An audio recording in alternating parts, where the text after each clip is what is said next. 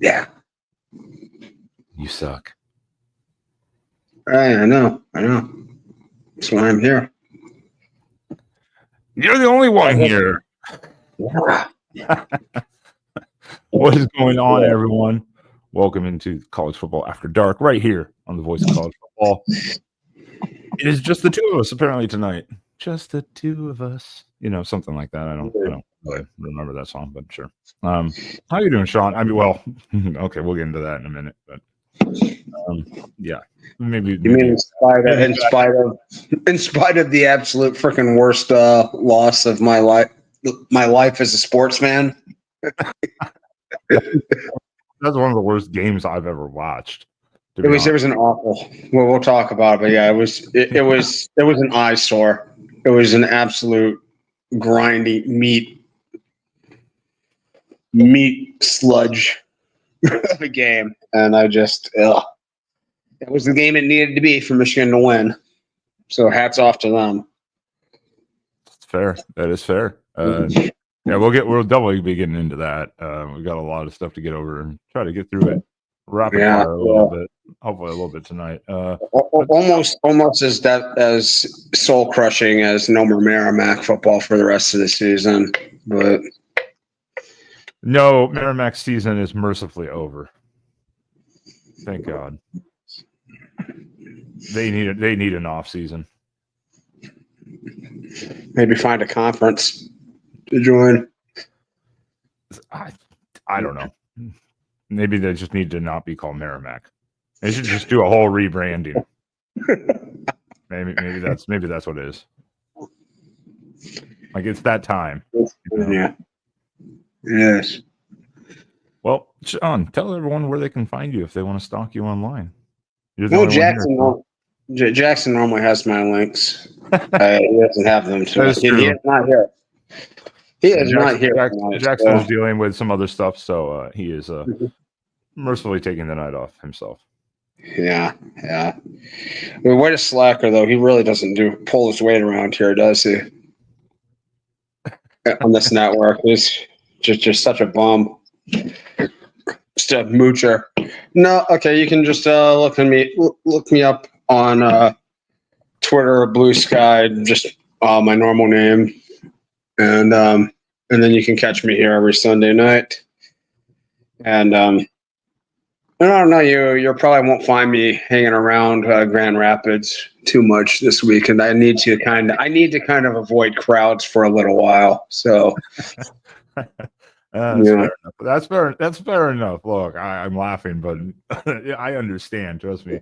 It's you're gonna need a safe space from this man because he's coming to talk shit. But we're gonna stay on topic, so we're not getting into that game at the moment. There are a couple of topics we need to address, but here's a Michigan man coming in to spew his stuff. But we're gonna stay on topic. I refuse. Well, the coaching carousel heated up 2 days after Mac Brown said, "Hey, I'm coming back next year. That's my plan." North Carolina said, "No, you're not," and fired Mac Brown on the spot. Basically, they're just allowing him to coach the last couple games, which then he loses to NC State. So maybe a good decision by North Carolina. Yeah, program wasn't going anywhere. It's just that's a potential sleeping giant there. I think in North Carolina, though, that's a better job than where I think a lot of college football fans would think. Massive, huge resources, exploding population in the state. Very, very, very, very fastly developing high school talent there. They're much better than they were 15, 20 years ago. So, that's and I mean, they are potentially one of the few schools that aren't in one of the Power 2 conferences. They're one of the top 3 or 4 that could get an invite in the near future. Yeah, it's an interesting job. It's not like a top tier job, but it's definitely not above. It's definitely above average. It's definitely an above average job. Or certainly like a much better job than like NC State, Virginia, Georgia Tech, those type of places. Yeah, Duke or something like that. Yeah, I mean, it's definitely better, but it's going to be interesting to see who they look at. Like, are they going to go for an unknown, or are they going to try to recycle someone? With all due respect to Mac Brown, that just never worked the way that I think they hoped it would. Well, it'll be interesting, to see, because I don't know how many big job openings there are going to be this offseason. Obviously, we'll have to talk about our situation in a minute here. But I would still probably put that as unlikely that Ohio State moves on. So, yeah, you look across the college football landscape at, some of, the top 15, 20 marquee jobs, like where is there going to be an opening this offseason? I don't see them. So North Carolina might have their pick of the litter. Yeah. And North Carolina was the first one. And it's been a very quiet job market, if you will. And Gus Malzahn resigns basically to take the OC job at FSU. I guess he didn't want to leave Florida. So, well, I don't know. That's a big difference going from Orlando to Tallahassee. That's like moving. That's like moving several states. They don't really have anything in common. Yeah, well, that's fair, but it's like you were going to get fired, pretty much. I think that was where it was going. That had to have been the case. The writing was on the wall. So he just did UCF a favor by going, you know what? I'll just bow out of this bitch and move on. Is that really Florida State's fix, though? Gus Malzahn as your OC? No, it's not your fix. What's wrong with you, Florida State? No, I don't know what their fix is. I think their fix is. Might be just blowing it all up. Maybe not firing Norvell, but like everything else in that program has to be completely shaken up. Everyone will say, "Well, they have enough boosters." Blah blah blah. They can't afford to fire Norvell. They just gave him a contract extension last year, for fuck's sake. They can't. No, they can't. But they need to do something so they have more solid foundation to their program, so they're running better at the high school level, and they're developing their own players with their own strength and conditioning staff, because this is it's a very high variance approach that they've taken the last 3-4 years, and we've seen the highs and we're seeing the low. Yeah. It's like all or nothing, basically. And last year was everything, and this year is nothing. In the sense of literally the highs and the lows. They are worse this year than you would think they could ever be. Like legitimately. You cannot get worse. Can y'all than this. hear me this time? Yes, unfortunately. Yeah, you were on mute. Your little microphone icon was. It still says he's on mute, but I hear him, so that's weird. Well, I think he just went back to mute. Oh, maybe, I don't know. Yeah. All right, what was the topic? We're talking coaching changes. So we're talking North Carolina opening, obviously, because they fired Mac Brown. Gus Malzahn resigns to become the OC at Florida State, and then today, or maybe last night, I didn't think it was happening this year. I think a lot of people thought it would be next year, maybe, if it happened. But Purdue has parted way with Walters.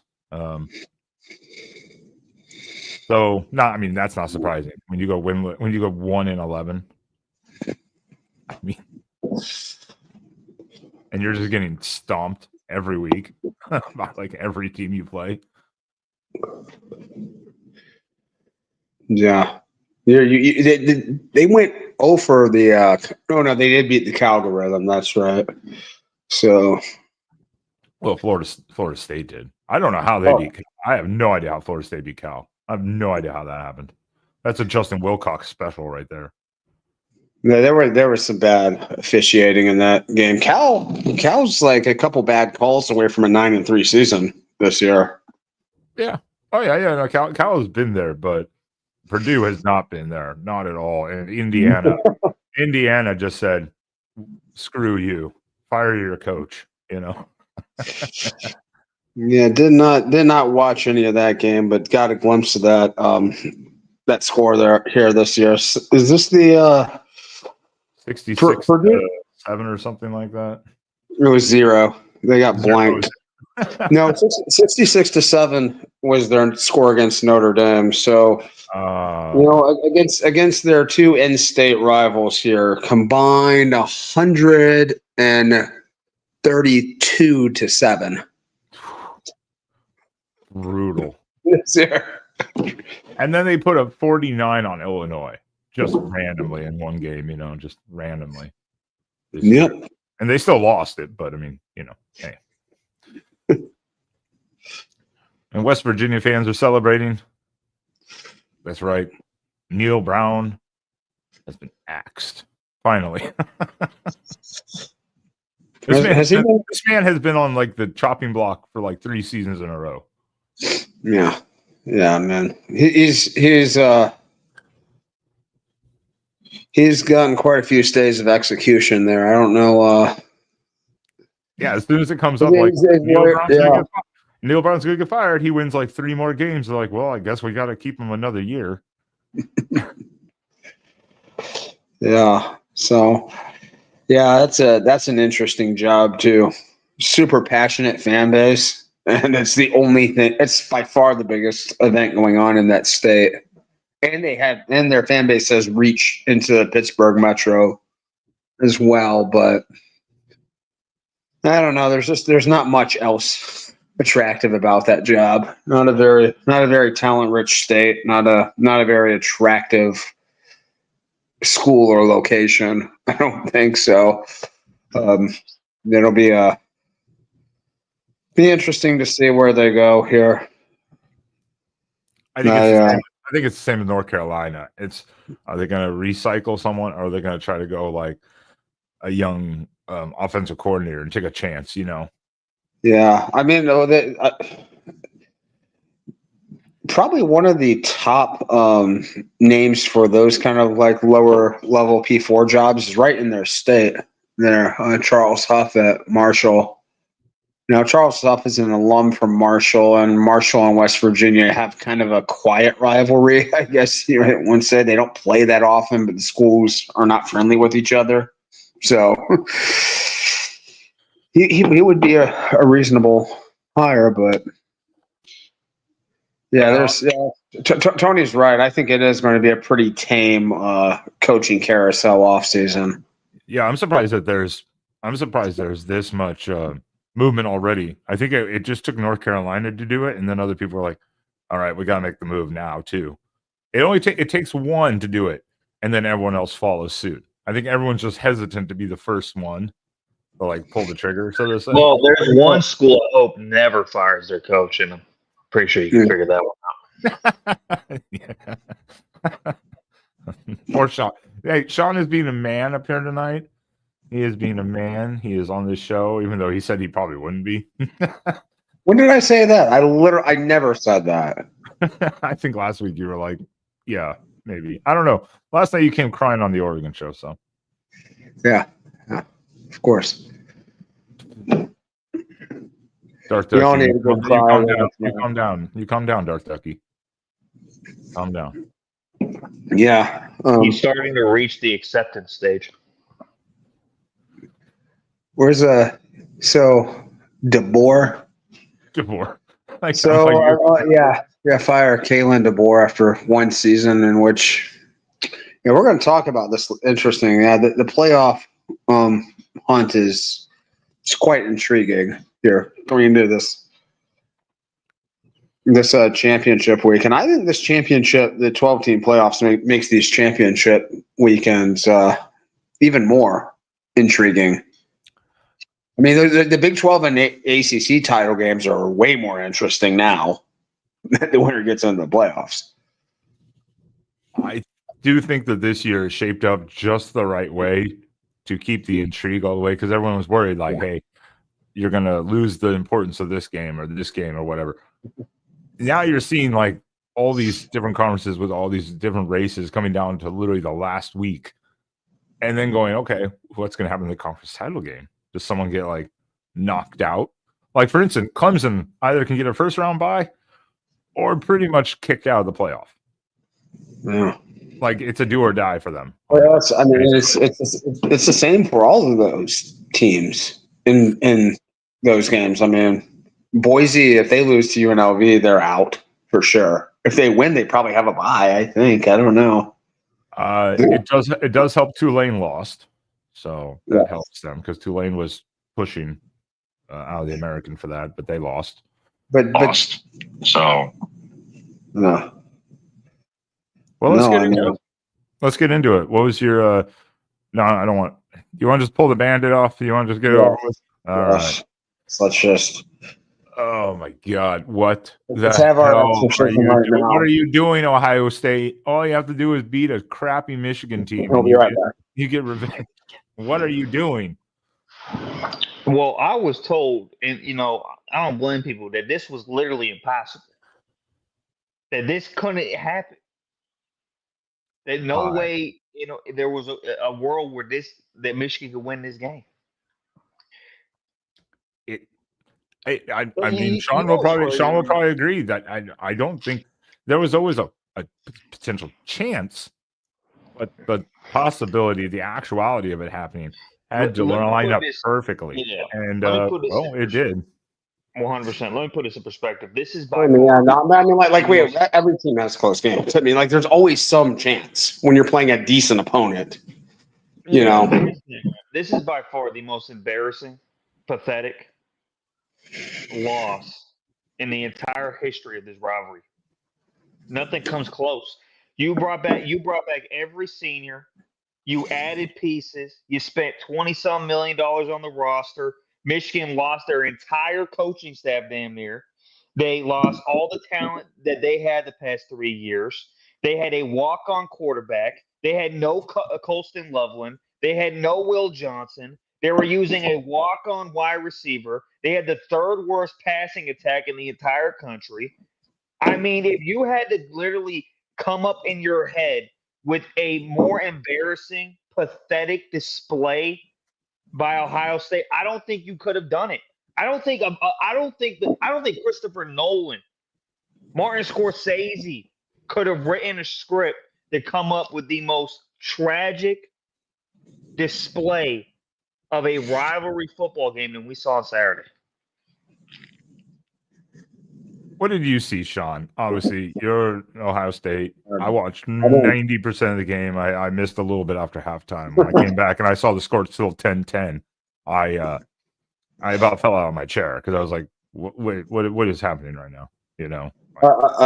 I saw Ohio State show zero creativity offensively. I saw them show play right into Michigan's strengths. They ran the ball like 30 times in that game, and almost all of it was just static inside zone out of static 11 personnel, just very blunt and obvious, and that was never going to work. Michigan has a very, very strong defensive line. They've got a very weak secondary, and we refused to play the game we needed to win. We missed two short chip shot field goals. We turned the ball over inside our own 10-yard line. And, Michigan, we spotted Michigan. Michigan got 10 points where they basically didn't have to move the ball at all. And just sort of messed up in every stupid way they could. And they lost to a not very good team. That's gross. This is exactly my point. I was thinking about this. My first two memories of this game were the 95 and the 96 games, and they were similar to this. Ohio State was like undefeated going into both of those games. They were number 1 or number 2 in the country, and Michigan was like they were either unranked or like down near the bottom. There were like 3-4 lost Michigan teams going into that game. And yeah, and yep, and yeah, that was it. That was John Cooper won against Michigan in that time. Yeah, for sure. Let me just rip the Band-Aid off for all of Ohio Nation. If Ryan Day continues to be your head coach, I can see a scenario where Michigan goes on a 8-game win streak. Because this is the worst Michigan's ever going to be right now. And this You think you're going to be better next year? Oh, 100%. And this was the best Ohio State was supposed to be. They called Ohio State a super team, crying out loud. They called this Ohio State team a super team. I want to put this in perspective for you guys. The 2021 class had 7 5-stars in it. I'll repeat that. 7 5-stars in it.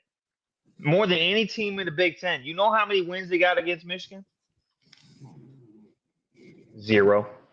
And it's gotten to the point where with Ryan Day, we're so deep in his head. We literally own rental space in his mind. And Sean, you brought up a good point that proves this. He tried to prove he was tough by running the ball. Oh, we could jam the ball. I'm going to prove that we could run it. I'm going to prove we could do it. You just proved all the narratives correct by doing that. You just proved everybody right. Because you couldn't move. You couldn't run. You was hitting a brick wall. And you kept banging your head against it. And you refused to throw the ball to your strengths. We had Jeremiah Smith in the jail cell. Outside of that touchdown, he did absolutely nothing.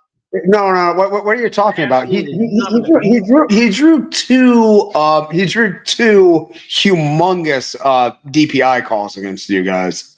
And if you actually that's as much of an impact as making. How many catches did he have in the second half, Sean? How many? Was it 0? Probably. I mean, I think 0. All right, I'm gonna leave you guys for like 5 minutes to just vent it out. I have no dog in this fight, so to say, because some of us take care of business on the field. Sean, do you want to get rid of Ryan Day? Be honest. But hold on, Dave Valensky, thank you for super chat. Ohio State losing to a crappy Michigan team. Is it the 90s again? And someone said maybe the 2000s, but right. I was Ohio State dominated Michigan in the two. Ohio State lost once in the 2000s. Maybe it was the 90s. I guess twice. They lost 2003. I was literally, Sean, you can probably test it. I've been listening to a lot of Ohio State podcasts all over the place. And one theme I've heard from every single one of them is that Ryan Day on the sidelines looks identical right now to Cooper. The demeanor, the tenseness in the games. Like they play so tense. Mm-hmm. They pucker up. And that's coming from the head. After the game was a perfect. I've never seen it look like a guy that was going through PTSD. He's standing on the field during the melee, and he's not a muscle in his body is moving. He's just staring off into space, just staring off. And the only thing he said was, "What happened? What happened?" The guy is shell shocked, Sean. He's got literal PTSD. From Michigan. It's literally Cooper all over again. And if you don't move on, which I hope you don't, these are the dark ages for y'all. The dark ages. I don't know. He's done everything right except this game. Like literally that's it. Everything else they've done. This is the game, Sean. This is the game of games. You can't lose. What did Ryan Day say before this game? He said losing to Michigan these last 3 years, the only thing that felt worse than that, he said, was his dad dying. Yeah. That's what he said. And I'm concerned for his well-being. I really am. Genuinely concerned. Like I think he needs to call one of those, those therapy commercials. I think he needs to see a therapist full time. I think they might need to bring a therapist on the sideline just so he can go there, right to the therapist and, get some consultation during these games. I think he needs that. Well, can wipe it all away by winning a national championship. So, and they have every chance to do that. But bro, if from my perspective, sure. Yeah. But if you know anything about this rivalry, that national championship is going to taste sour as hell. And a lot of Ohio State fans have said this. Winning a natty and losing to this Michigan team, the aftertaste, it just makes it bitter. It ain't nothing like our championship, I'll tell you that. 15-0, whole world against us. Playing a max schedule for the first 9 games, needing a team to forget how to snap a football in the semifinals to win. Yeah, but here's the thing, Sean. Those teams we played are better than any of the teams you're gonna play this year. No, they weren't. Let's go through the list. Washington last year was like 100th on defense and like 100th rushing the football. They had one trick. Let's go through the list. That was a one-trick pony team that you beat for a title. Let's go through the list. Last year's Oregon team is better than this year's Oregon team. Not even close. No. How? No. This year's Oregon team almost lost to Boise State. Almost lost to Delaware or something. Almost lost to Delaware. Wisconsin. I mean, Boise State's pretty damn good. Oregon outside of the Wisconsin and Ohio State. Do you remember the Idaho game? They slaughtered the Big Ten. They slaughtered the Big Ten. Okay, but that was week 1. Okay, but Sean, you're telling me last year's Oregon team would barely beat Idaho State? Would barely beat Boise State? Would barely beat a Wisconsin team that, by the way, isn't even bowl eligible? And then we can go through all the other teams too. Alabama. Every game. I will show. I will go back through this. These games are a little bit more. I mean, every team struggles in 1 or 2 games that they shouldn't every year. How is that Oregon team better than this Oregon team? This Oregon team has been number 1 since from the beginning. Let's just. Yeah, but Sean, here's the thing. When you're going through rankings, they only pertain to this year. So it's only relative to the competition this year. And this year is the biggest down year in college football history, period, bar none. Alabama lost to Vanderbilt. Last year was just as big of a down year. I hate to tell you this. It really was. I know you guys have a hard-on for your team. You guys just want to glaze at it, mythologize everything. Go through all the teams. How about last year's Michigan team was in a 1 possession game. They won by 7 points against a crap Maryland. All right. I see the chat. I gave you guys a few minutes to vent it. Okay. There we go. We move along. There was a comment earlier. I will address it real quick. It said basically it was asking who exactly got pepper sprayed. I don't know exactly what individuals, but a bunch of each team. And I think that was probably the smartest move by the police and security at that point. We're not going to break this up. It's too involved, too heated, and they're in a stadium of pissed off fans that might want to get involved also. So I think it was the smartest move to just go spray and break it up. All right. So, but since your team was brought into this year's Oregon team or last year's Oregon team, which is better? Ooh, that's a good question. That's been a conversation I've seen a lot. Is which one? I think last year's offensively was better, but this year's team overall, like with defense, taking a huge step forward again. I think it's much better as I think it's hard to not say that because Oregon is the only undefeated team in college football right now. Yeah. Yeah. Well, okay. I'll put it like this: they're undefeated. But they've also haven't played a Washington S team that they had to play twice, and those are their only 2 losses. So Ohio the same, State. This year's Ohio State team is better. I'm not sitting here. I'm not sitting here arguing about those teams last year when you have literally 3 NFL receivers and an NFL quarterback that's what I'm saying. on your offense. I mean, the point is, but this is the Big Ten. This is the gritty Big Ten that everyone said that Oregon won't hang with. The Pac-12, the West Coast teams won't hang with. Well, I actually thought now we're Oregon undefeated. I mean, I wasn't in that group. I thought Oregon, out of all the teams that came over, just because I mentioned this before. Everyone knew Oregon was legit this year. No one was short shifting Oregon. It was. Yeah, Well, they're but the most Big Ten ready because their head coach comes from the Kirby Smart tree. So I knew they was going to be ready. Yeah, I mean, hey, is everything perfect? That's why I thought last year's team, I think offensively was better, but the defense has been better because now you have these games where, like that Wisconsin game, what helped what saved us? The defense, and then special teams stepped up in that game. Whereas other games, the defense might give up some, but the offense plays. So it's a nice mixture of everything. Oh God, Sean, run away. Run. Luckily, we're already done with this conversation, or you would really be having to do it. I haven't been paying attention. Oh no! Tell me I didn't miss the Michigan Ohio State. You did. I left and I let them vent at each other for like 5 minutes, and the chat was like, "Please move along. Please move along."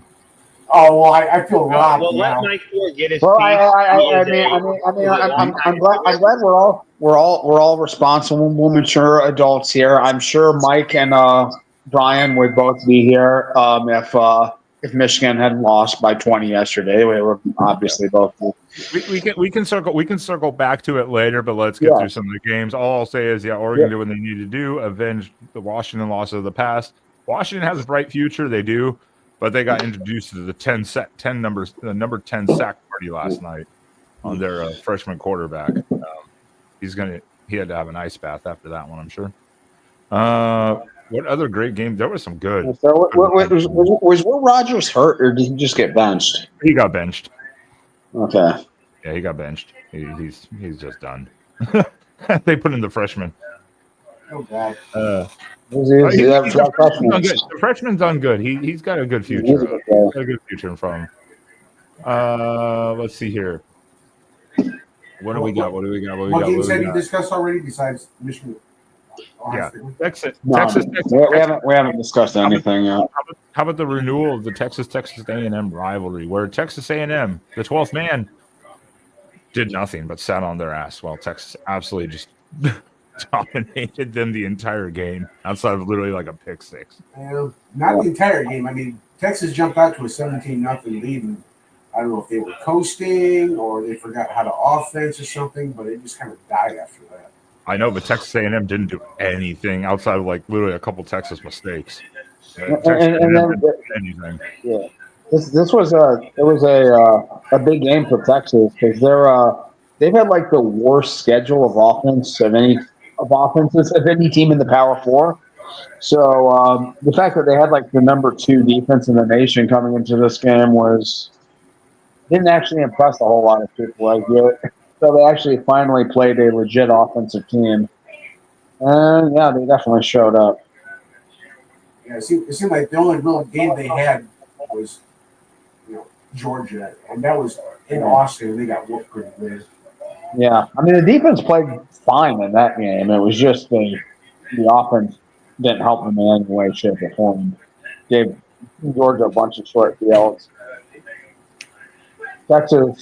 Texas can, I don't know. They're an interesting team. They, in spite of being in the SEC, they've had like a very, very weak schedule. It is the fact that they played Michigan in the offseason, in the non-conference, it has not been.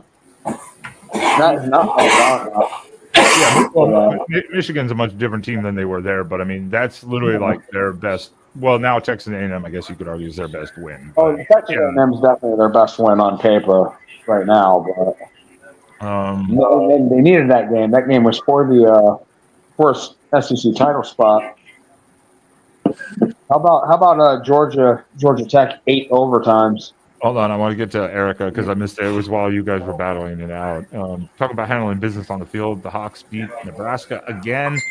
They tried to act tough and talk shit, but they can't get it done on the field.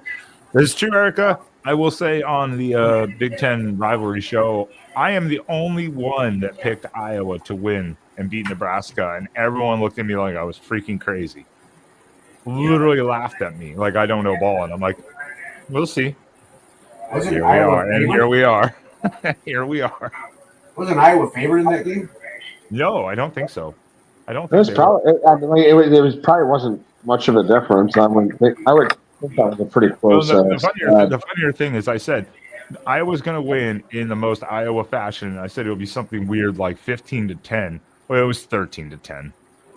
So, and how about that? Iowa, 5 first downs. I don't think I've ever seen a team win a game with 5 first downs.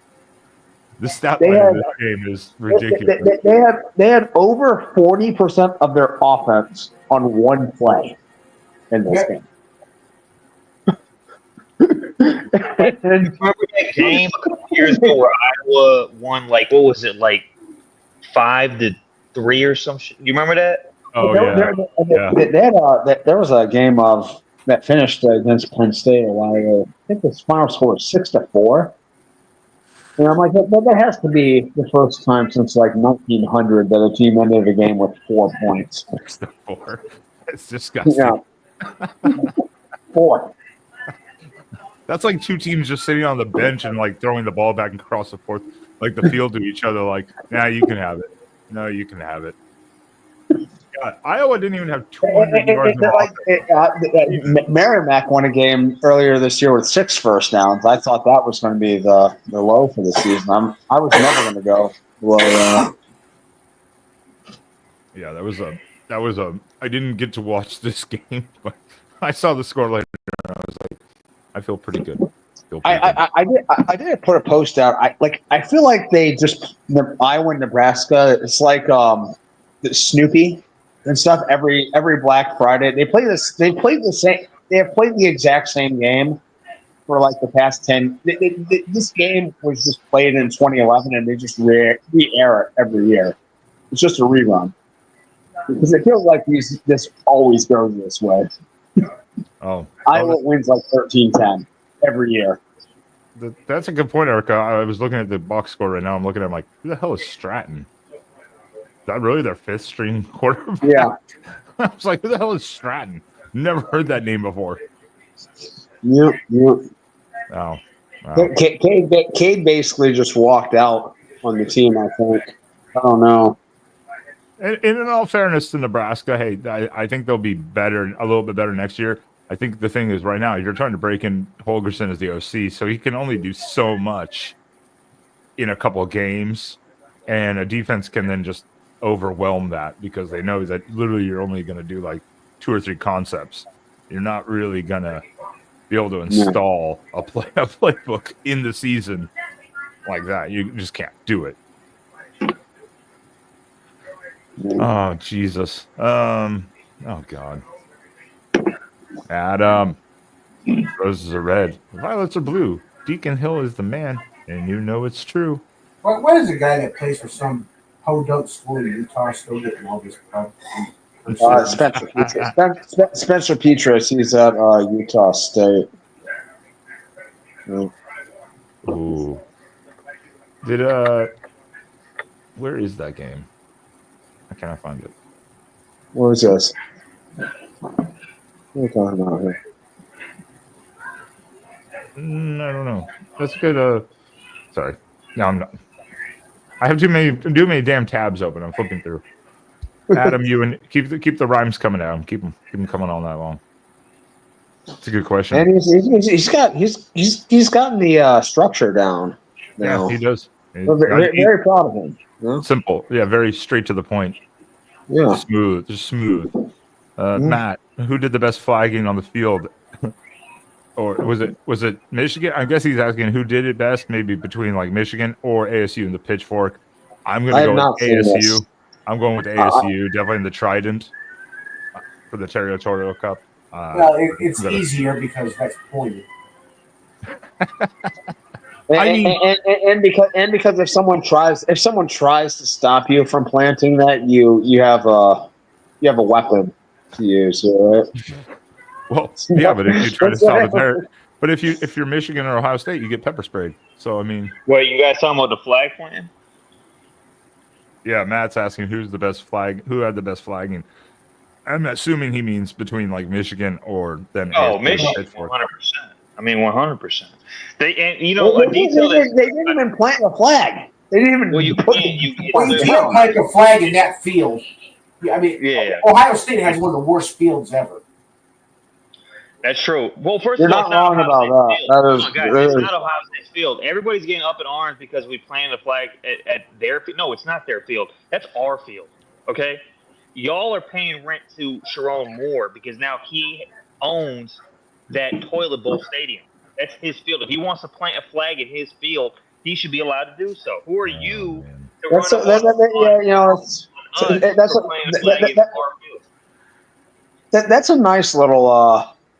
that's a nice little wrestling promo. Do you guys have any plans to go to Motor City this year for the Quicken Loans Bowl or whatever you're going to play in? I'm going to be like either Duke's Bay or Music City Bowl. We've had an amazing 4 years. 3-time Big Ten champion, 15-0 national champion, 4-0 against Ohio State. I mean, look, we're on cloud 9, bro. And by the way, it's only up from here.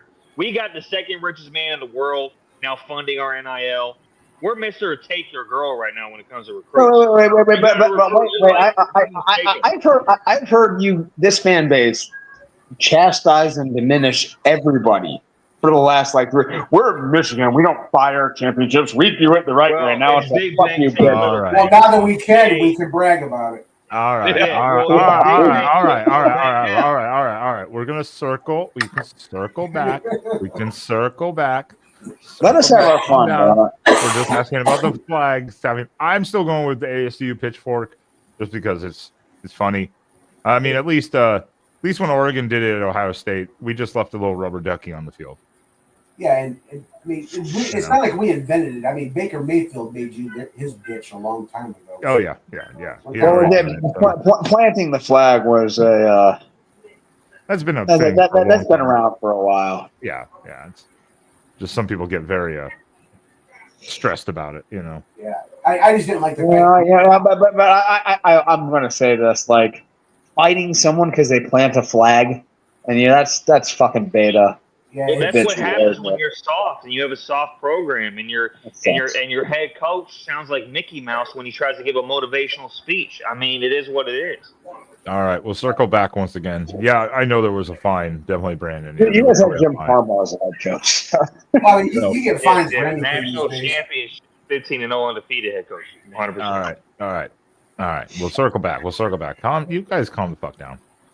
Adam, once again, oh God, he's flexing his muscle over here. I once went to a store and then started coloring with Crayola. People asked me why, and I said it's better than watching Dylan Rayola. Poor Rayola, man. He has hit the freshman wall at Nebraska this year. I mean, that's, I think, all you can say. But again, changing OCs and play calling basically in the middle of the season is not easy. So I expect Nebraska will be better next year.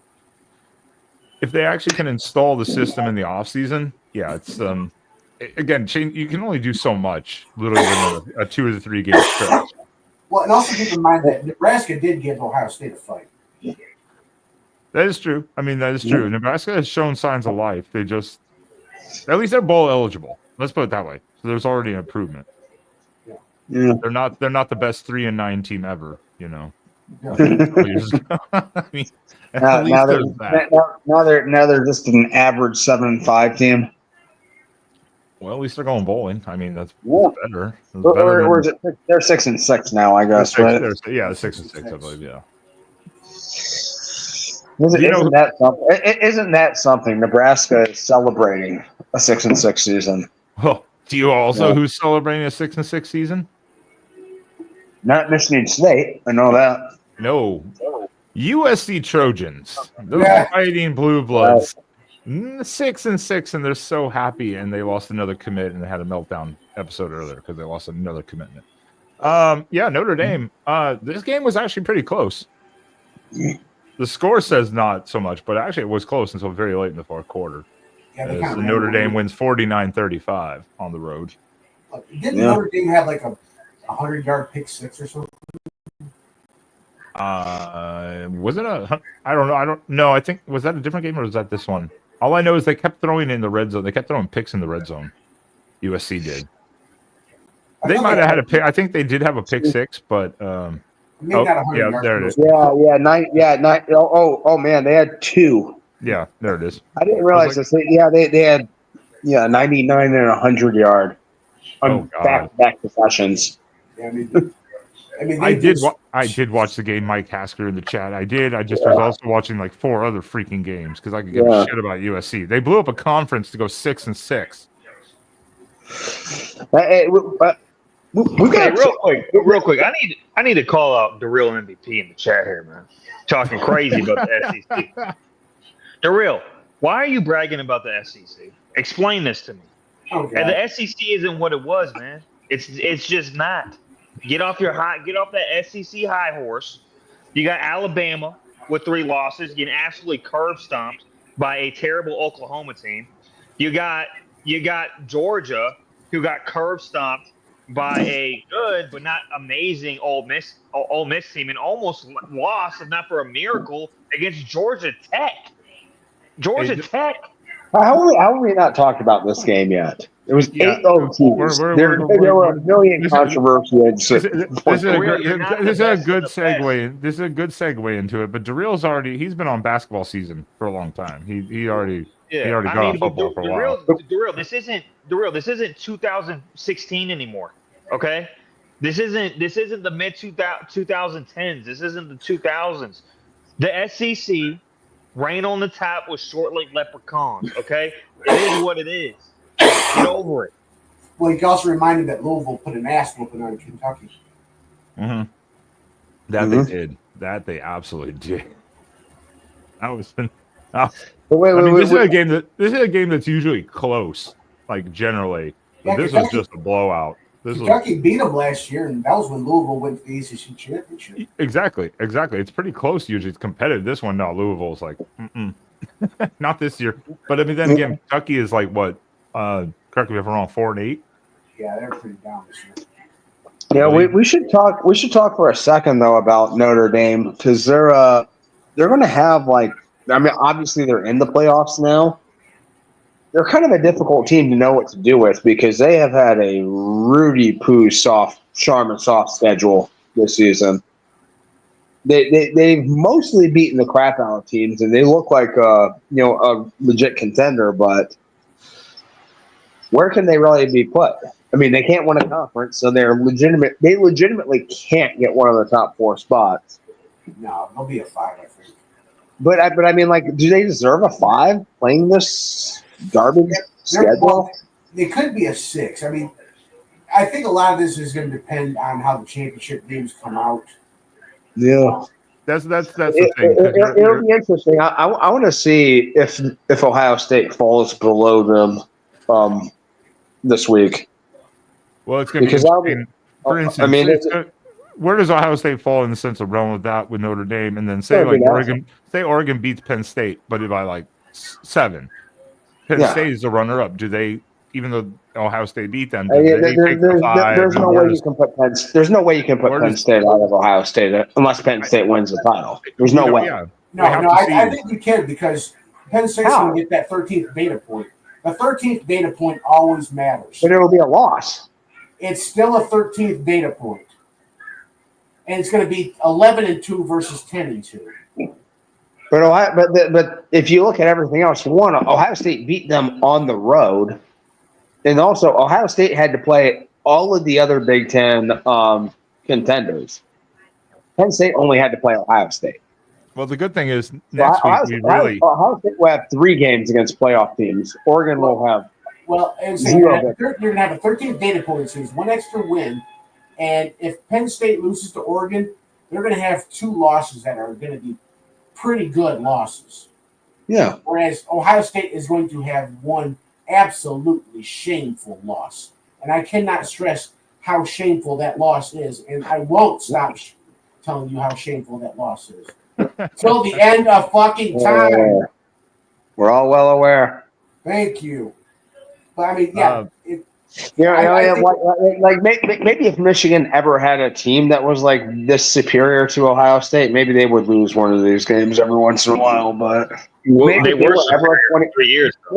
Maybe if they were ever a 3-touchdown favorite in this rivalry, maybe they would lose some of them. Wasn't there one game where it was a while back? I think like we were like 9-1, and you guys were 5-5 or something. Not that I remember. I mean, it's old because it was back when we had. Who cares about Vegas? We own Ohio State. We own you. I don't care if we are who's a 3-touchdown underdog. We own you. All right. Let's circle back to this next week, especially after the conference games.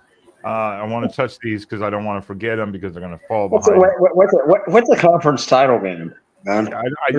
We'll let you know next week. We'll explain it to you. Oh, okay. I'm actually picking Penn State, by the way.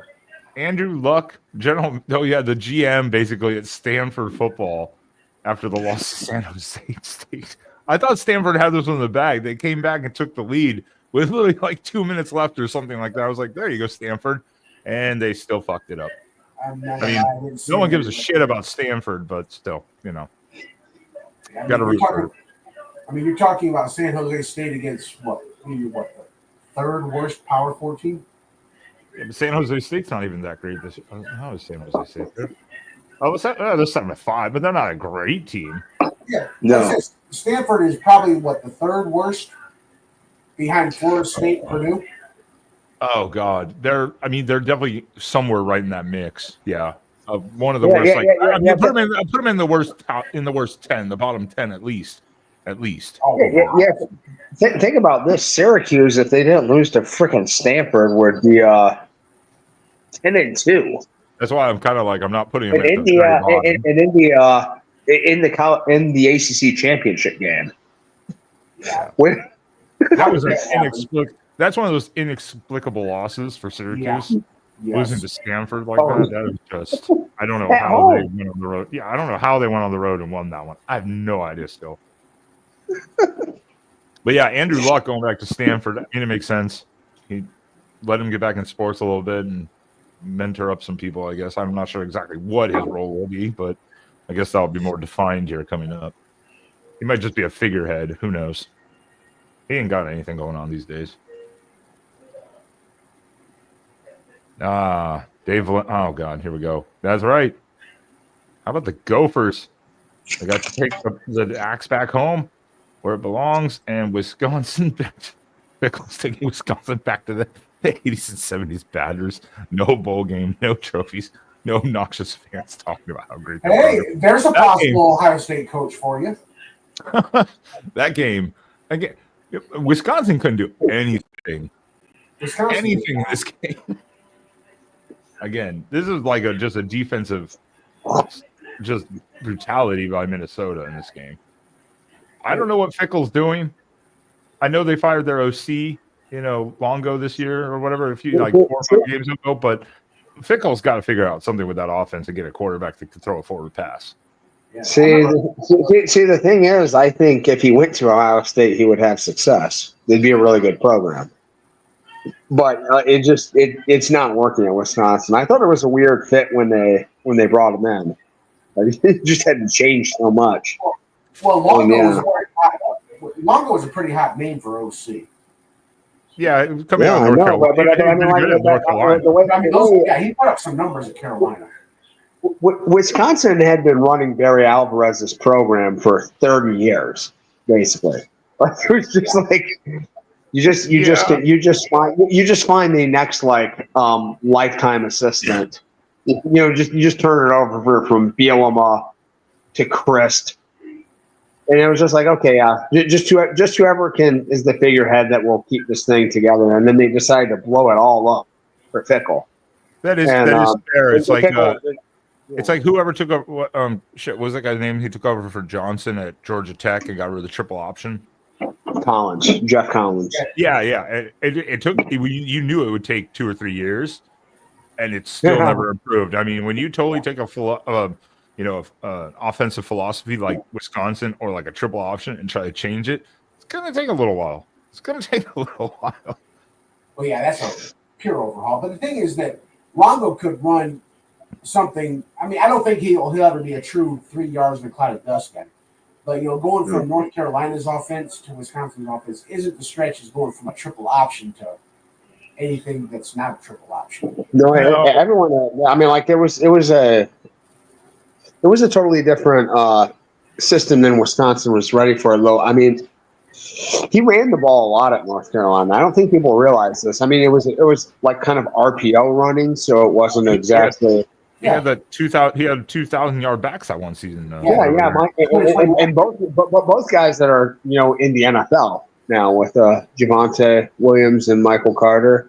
Yeah. So I mean, he runs it this year in Longo's defense. Now he got fired. It's all RPO and stuff. He needs a quarterback that can actually throw the ball. And Tyler Van Dyke obviously got hurt the second game of the year. That kind of threw everything into chaos. Yeah, and I'll tell you something. Like when he arrived at Wisconsin, Braylon Allen's draft stock completely tanked. Like he was not as productive in that offense as he had been as just sort of an eye back, and in a heavy zone scheme. And I think that Malucci guy kind of revolted. What chat? Yeah, that's Malucci. Yep. So I mean, Braylon Allen, his draft stock completely sank last year, and now he's having a really nice year. Not like he's a legit guy. So I mean, it was going to take a little bit of time with Fickle, but I would have thought by now, like you'd be seeing some good returns, and you're not at all. Yeah, I thought it would have kind of picked up by now. Yeah. All right, Sean. 8 overtimes. 8 overtimes. Damn overtimes. I need a full new beer for the 8 overtime. So they were like, hey, that Auburn LSU game or that LSU A&M game, 7 overtimes. Hold our beer. We got one more for you. What in the absolute hell is Georgia doing? I mean, Georgia Tech is better this year, but what is Georgia doing? Actually, my question is, what is Georgia Tech doing? They jumped out to a 17-0 lead. This should not have been a game. I mean, Georgia was just reeling there for a while. I was just watching this game. I'm like, if it just pissed me off so much because Georgia Tech had a chance to seal this game. Absolutely should have won this game, but then they fumble going forward on like 4th and 1 to seal the game, and they fumble it. Georgia gets the tying touchdown. I was like, are you absolutely shitting me? Absolutely. Well, and I mean, it arguably just should have been a targeting call. I saw the replays. You see his helmet just shift completely. It was targeting, but no, fumble. Like, great. Haynes King, quarterback draw. You do this every game. Hold on to the ball. Oh, Jesus. Speaking about concussion protocol, this guy should be put into concussion protocol. No, I don't need concussion protocol. Permanent CTE. Yeah. So, we're going over Georgia Tech and 8 glorious overtimes. There was a comment about the overtime rules are ridiculous. Yeah, it's supposed to shorten the game. I get it, but yeah, I don't know. Yeah, I'm not crazy about the overtime rules still. I think what can you do though?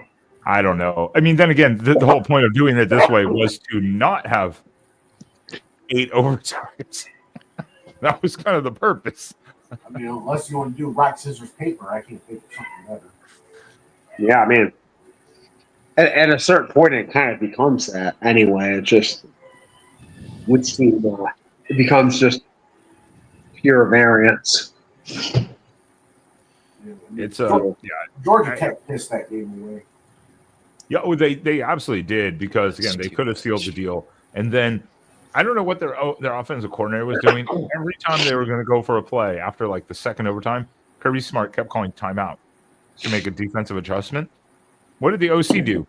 Until about the fourth time that happened, he kept running the same freaking play. I think, like he didn't change the play call himself until like the fourth time. Then he was they kept trying to pass it. Instead of running it, you'd been killing them with the run all game. Thank you. By like the fifth overtime, I'm like, Georgia Tech, what are you doing? Yeah. Quarterback, draw this bitch. What are you doing? That wasn't the last overtime. That's how they lost it. They tried to run like a QB power. Yeah, but it was too late by then. I mean, I was like, you need to pull that out, you know. So I know what they were trying. They were trying to catch him off guard. I thought they were going to go for it after the first overtime and just that game. It was just win or go home. I didn't understand. That was just a brutal game, though, to watch. I mean, I know Georgia fans are like, thank God. I mean, it didn't affect their conference race, but definitely affected their playoff potential. But, I mean, if they would have it doesn't matter. But Trojan fight is on it. Why not just go back to you just run the plays from the 25-yard line, you know, eventually, how often are you going to get 25-yard line scores every time? You're not. The whole point was to shorten it, less plays, less potential of injury. I get it. But again, it was never meant to. I don't think anyone ever saw that we would have 7 and then 8 overtimes in this format. I think that they thought it would be over pretty quickly. We have had 7 or 8 overtimes. No, I know we have. I think when they thought it up. Yeah, when they thought it up, they were like, maybe a couple and it'll be over. Under the old format, I remember there was a 7 overtime. There were a couple 7 overtime games. Penn State and Illinois. No, but I'm talking about when the old format, there was at least one other 7 overtime game. Are you talking about like when it was only the 25-yard line? Yeah, where you actually had a full possession. I mean, and then after the third one, you had to start going for 2 on the third possession. Then you had to start doing 2-point conversions after a touchdown. Yeah. I mean, it's less relevant when it's the last game of the season, but if you're playing like in the middle of the season and you play like, if you go to like 7 or 8 overtimes and you each get the ball from the 25, I mean, you're playing like a whole another like 40 scrimmage minutes of football. It's like playing like more than 1.5 football games at that point. Roger Dodger just like, hey, Georgia beat Georgia Tech, nothing to see here. I'd say Roger Dodger's already looking at basketball season, but didn't USC just put up like 36 points against St. Mary or something like that? 36 points, yeah. I was like, oh, that's disgusting. In basketball, you only put up 36 points. Shots fired. And then today they had another emergency oh my God, the sky is falling show on Trojan Conquest because they lost. Yeah, because Jerome Miles, who could be heading to Ohio State. Let's see. It's supposed to be A&M. That's A&M? We were told he flipped to A&M. Oh, okay. I did not hear. That's a great thing. I forgot about it. Actually, we have signings this week coming up, and I'm like, oh, Oregon already picked up 2 flips today. We did. Okay, but, I'm like, that's disgusting to have signing day during championship week. That's disgusting. Yeah, that should not happen. They got to fix that too. Should not happen. Talk about distracting for, those of us who are playing in championship games, I mean. Well, I think this is the last year of the national letter of intent. I think they're doing away with that whole format, that whole system. There's no more like signing on a dotted line. You just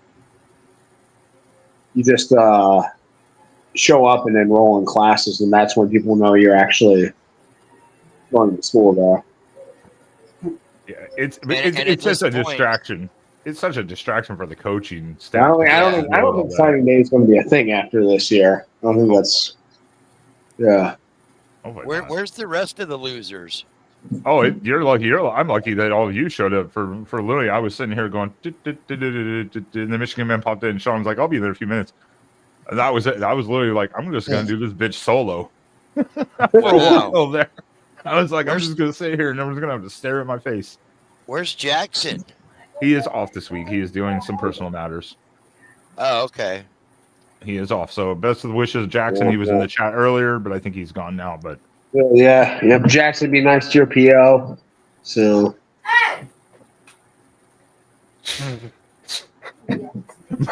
Mike's like, stop it. Did we already have the Sean and Mike battle? Did I miss it? Oh, I was a little late. He was late, but Michigan Man and Sean had it out, and I left them alone for 5 minutes even. I walked away for 5 minutes to let him go at it. I'm going to get my rounds here. Yeah. We're gonna Michigan Man shows up for only one thing. He is a consummate troll. And I appreciate that about him. I really do. Hey, I no gripes here. That's Yeah, we're gonna circle back to that because I do want to let him go at it, but yeah, might get yelled at exactly.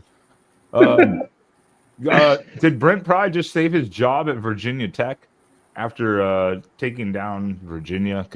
Or is Elliott now going to get fired too from Virginia because Virginia's been a disaster with him, and Virginia Tech's not been a whole lot better. I mean, jobs are safe. Both these teams are now very good. The standards at Virginia can't be very high. They're less than Virginia Tech, I would say, in general. They're less than like any school. I'm saying if you're going, I'm saying just comparing those two though, Virginia's less than Virginia Tech. But neither of these teams are very good. Both coaches have been there 3 years. So I mean, is it just time to axe them both and like start? Well, yeah. I mean, like the thing about Virginia Tech, Virginia they're like Cal East. I mean, like they have a football program. They're not that. They care about a lot more of the other parts of their university. And the other parts of their athletic department now, they've actually legitimately got an elite basketball program. That's true. Football, both of these teams just ended 5-7 on the year. They are both 5-7. They're not going. Virginia Tech 6-6. No, I just looked at them. Virginia Tech is 6-6. I just looked. Oh, what the hell? Must have been an upload. Okay, one's 5-7, the other 6-6. I was like, I just looked, and I was like, that's disgusting. But I was looking at that this week. I knew that I saw that was for bowl eligibility. I refreshed the wrong page, I guess. I was like, wait a second. I thought that was weird. I was like, both teams finished 5-7. Gross. We're talking about possibly firing a coach that's won like 87% of his games. Obviously, they do have standards. Yeah, but he can't win the big games. That's the. Yeah, absolutely. That's what I'm hearing from a lot of. No, but obviously we have standards. If we're getting rid of a coach that's had a lot of success, it's true. We're gonna get. Oh! Here you go. Here's a good topic for Spaz. I don't think it's really a rivalry game, but here we go. Cristobal in time management. Let's take a field goal instead of go for 4th down and hope your defense gets a stop when you haven't stopped a goddamn thing the second quarter. Syracuse taking. I called this one. I was like, this is definitely an upset. I mean, upset if you want to call it upset. Syracuse is goddamn a 9-win team. They're a good team actually, but Syracuse in the dome, 42-38. Miami goes down once again because their defense literally cannot stop a nosebleed. literally cannot stop a damn thing. Hyman McCord is unstoppable. I mean, that game should have been a basketball score, to be honest. Yeah. Miami has no defense to speak of. I mean, McCord is throwing for 300 yards a game consistently. Like, I think, didn't he have the most passing yards in Division One? Probably. I mean, they play. I think Syracuse. They're averaging the most snaps per game on offense. Like they don't care about balance at all. So I'd like to see Fran Brown. Is it crazy for me? Is it crazy for me to say that maybe Kyle McCord wasn't the problem? He's actually a good quarterback. No, it is crazy for you to say. We're judging this off of a one game sample. McCord had I'm talking the whole season that he's had. He's been balling out this season. He is. Yeah. I mean, it's the ACC. Understood, it's the ACC, but I mean, this man has 4,300 yards passing, 29 12 touchdown interception. Not great, but not bad. I mean, not great. He's like a little less interceptions. Well, the pit game really upped that interception ratio. Yeah, he threw 5 picks in one game, and I think 4 in another. Yeah, well, he threw 3 touchdowns in that game, though. They were all at the pit, but that pit game, I always forget about that pit game. I'm like, yeah, that one was a disaster. But Miami, where are they going to fall? I mean, I know where they fell. They fell in the ranking, but yeah, do they have a shot at all in the playoff scenario at this point? I think they do. No way. Not a chance. Is it only if Clemson loses? Yeah, SMU has to beat Clemson, I think, and they sneak in. If Clemson beats SMU would maybe get that spot. Yeah. Instead. No, they are going to fall beneath Alabama, South Carolina. They have to. Well, SMU is in win or lose. I'll say that right now. No, I think there's not in win or lose. SMU needs to win this game. SMU, I think. Really I don't think the ACC is getting 2 teams in. I don't think there's any way they do. Oh, I think the ACC gets 2. Now they're not going to get 3, but I think they get 2. Oof. It's gonna be interesting. That's why I was like, I want to circle back, especially to that next week after the championship games, where we can really look at the prediction, and we'll get more clarification this week coming up. I want to touch this just before it falls out, because we're talking about coaching carousel, but I want to circle back with South Carolina. We have to talk South Carolina Clemson in a second here, but circle back here. But Oklahoma State losing 58-0 to Colorado. I'm amazed that Gundy hasn't resigned at this point. Winless in the Big 12? Are you shitting me? I thought Oklahoma State was supposed to take over the Big 12 this year with Kansas State. Nope. Well, how about the 2 favorites to start the season? Oklahoma State and Utah, combined 1-17 in the league, and that was only because Utah beat Oklahoma State. They were both anywhere tonight. I will say, I can definitely tell you, I have not watched a single Oklahoma State game this year because they're such good trash. I refuse to watch anything. They did beat an SEC team this year, though, Darrell. Oh, yeah, that is right. They beat Arkansas. That's right. Because both teams just literally couldn't get out of their own way. Yeah, so, Arkansas beat Tennessee. Tennessee beat Bama. Yeah. Disgusting. Oklahoma State better than Bama this year. Right here. Clip it. Someone clip it. Coming from the Ohio State guy. Clip it. Yep. Merrimack update. Merrimack season is mercifully over. No. They're over. Done. No more Merrimack updates. They finished 5-6. No, hey. Yeah, and the Aiden Pereira for Heisman campaign is not going very far in spite of my best efforts. You know. And note, Merrimack University never got back to me about talking to them about Merrimack football. Everyone, I tried multiple times. No one ever got back. I apologize. I let you all down.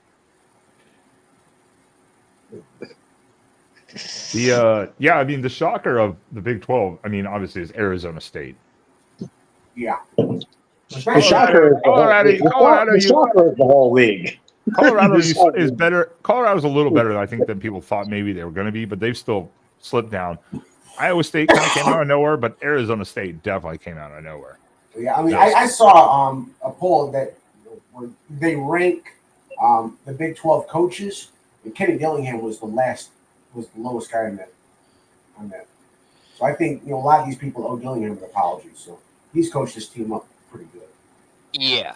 Yeah, he's doing it with a guy that was like fourth string at Michigan State last year at quarterback. So Levitt, and then of course they have Scatabo, who's that man should be talked about for Heisman too, because that guy does like everything for them. Mm-hmm. I think Arizona State's going to be a tough out. Jeez, it's going to be interesting. Again, next week we're going to see, especially after the title game, because now it's Arizona State, Iowa State. If anyone predicted that for the Big 12 title game this year before the season, congrats. Congrats. Iowa State's not that far fetched. Yeah, Iowa State. Well, no, I know, but I'm saying if you picked Arizona State and Iowa State to be in the title game, congrats. I'm not saying Iowa State in particular. I'm just saying if you picked Arizona State, congratulations. Like, you're a genius. And it's a little bit unfortunate for Matt Campbell, because I don't think there's going to be any major coaching vacancies open this year. Yeah, I don't think Campbell's leaving Ames. I think he would if the right job came open. If he was going to, he needed to do it like 3 years ago. Yeah. That was like his prime time. His stock cooled off. Like Iowa State hit a ceiling. Yeah. They had a bad season or two because they're Iowa State. And that's what they're going to do. This is the worst, historically the worst program in the Power Four. If he didn't leave in 2019 for a better job, he wasn't going to leave. Yeah, good point. All right, be nice to Iowa, everyone. Come on now. Iowa and Nebraska, two places I'd never want to live. Come on now, be nice, everyone. I'd rather live in Iowa than Nebraska. Everyone, calm down. Calm down. Jesus, calm down. What do you got against Corn? Just saying. Where's the?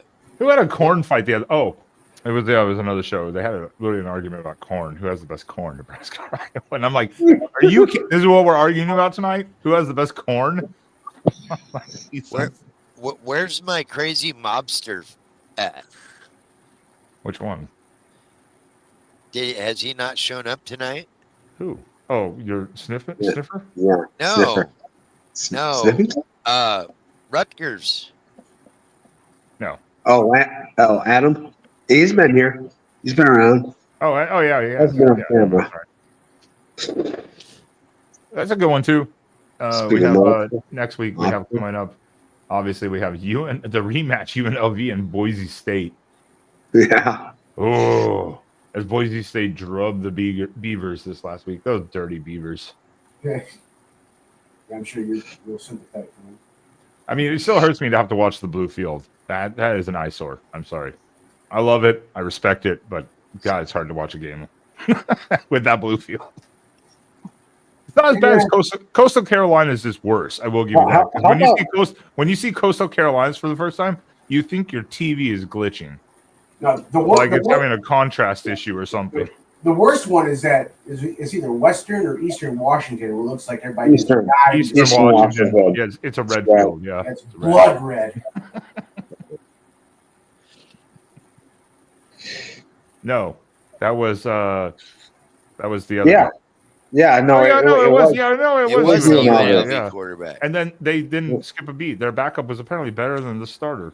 Well, that guy's a fucking idiot. Well, I mean, the guy left the team when he was completing like 45% of his passes or something like that. Right. He wasn't even that good. Their backup came in and like is better. Yeah. It's amazing. Yeah, it's amazing. Wow, Yes, Oregon's field is green. Good job, Dark Jeffy. I have. Hey, Good job, Darth. UNLV Matthew Slutho replaced by Haj Malik Williams, one of the best names in college football. Oh, Haj man. Malik This Williams. is I'm going to say this is going to be actually one of the games I really want to watch because the regular season game with UNLV and Boise State was really good. This one is still Boise's only a 3.5 point favorite. It's basically almost a toss up type Well, of game. didn't Boise State only beat them by like 4 points the first time? Exactly. It was a damn close game. Let me actually double check that score really, really fast. Boise State like 27-23 or something. 29-24. One possession. It was a good game. So I bet this title game will be really good. I have a feeling. Boise State's everything's on the line for Boise State. You know. You want to hear something incredible about these conference title games? The largest point spread on these of the 6 games I have is 4 points. Ooh, that's it. 4 points. That is the longest spread. Oh, he's right. Yeah, he's right. It's Marshall at Louisiana. Yeah, 4 points. Everything else is 2.5 to 3.5 at most. Well, no, 4 is also for Western Kentucky, Jacksonville State, and Tulane Army. Wow. But it doesn't go over 4. Exactly. So. 4 is the biggest. So Oregon isn't more than a 4-point favorite over Penn State. Yeah. I mean, if you've got some retirement money to spare here, I mean, I was gonna say that seems like free money to me. I mean, I would stretch it out. I would probably stretch it out to like 6.5, but it wouldn't blow me away if Penn State won this game. I don't think they're very likely to, but it wouldn't like. Well, no, I wouldn't be blown away, but I'm thinking that line, the Oregon Penn State line, is going to get bet up. It'd probably be a touchdown by kickoff. Yeah, I think these are all just initial lines. That much. It'll probably be. It might be over 5. A lot. I mean, Penn State is 11-1, so. Yeah, I think these are initial lines. These are initial lines, like you say. It's going to fluctuate. It's going to fluctuate a little bit over the next. The 11 teams. I agree. I don't think it'll be 3.5 for very long, but it'll be 5-6. 5. I could see 5.5, 6 point. I could see that type of line by game time. 7's a lot in a championship. 7's a lot. I could see 5.5, 7, 5.5, 6 by game time, but probably not more than that. It's not going to move much, I don't think. Let's circle back like we wanted to, or like I said I wanted to, because I do whatever the hell I want around here. South Carolina, Clemson. The Gamecocks, did they just push their way potentially into a at-large bid for the playoff? No, they did. Unfortunately, no. They're on the bubble. They're on the bubble. But they're very solidly on the outside of that bubble. Well, I don't know. They're not getting in. Basically, they probably should, because they probably should have beaten LSU. Like that, probably. I mean. They should have beaten Alabama. They kind of got hosed in that game, but no. If you look at this right now, they're going to be like 13-ish, and they're not they're not jumping Alabama. They're not jumping the teams they lost to. So, well, I mean, because I know that South Carolina and Alabama, they seem to be like fated to duke over that last spot, because if you want to go head-to-head, Alabama has it over South Carolina, but. Is there a team in country right now playing hotter than South Carolina right now? I mean, there are teams. No. There are teams definitely playing better than them. And that Sellers guy at South Carolina, that guy is looking like a real problem for a lot of teams. It seems like South Carolina. He is. He's just you can't get him down. Like, he extends everything. Extends the play. Yeah, I think that there would be more like teams. A new Roethlisberger. I think there would be more teams that would be scared to see South Carolina in the playoffs than Bama. Sure. No. They could do some damage if they got in, but I mean they're not getting in. I can basically guarantee that. So if Clemson wins that championship game, I think that knocks either Alabama or Miami out. Wait, you think SMU's getting in? Yes. Even If if they lose? win that, yeah. But no, if they lose. I think SMU is in, even if they lose. You think SMU's in? I think they are. Maybe. They don't have much of a resume other than, I mean, they haven't beaten anybody this year. That's the problem. Now, They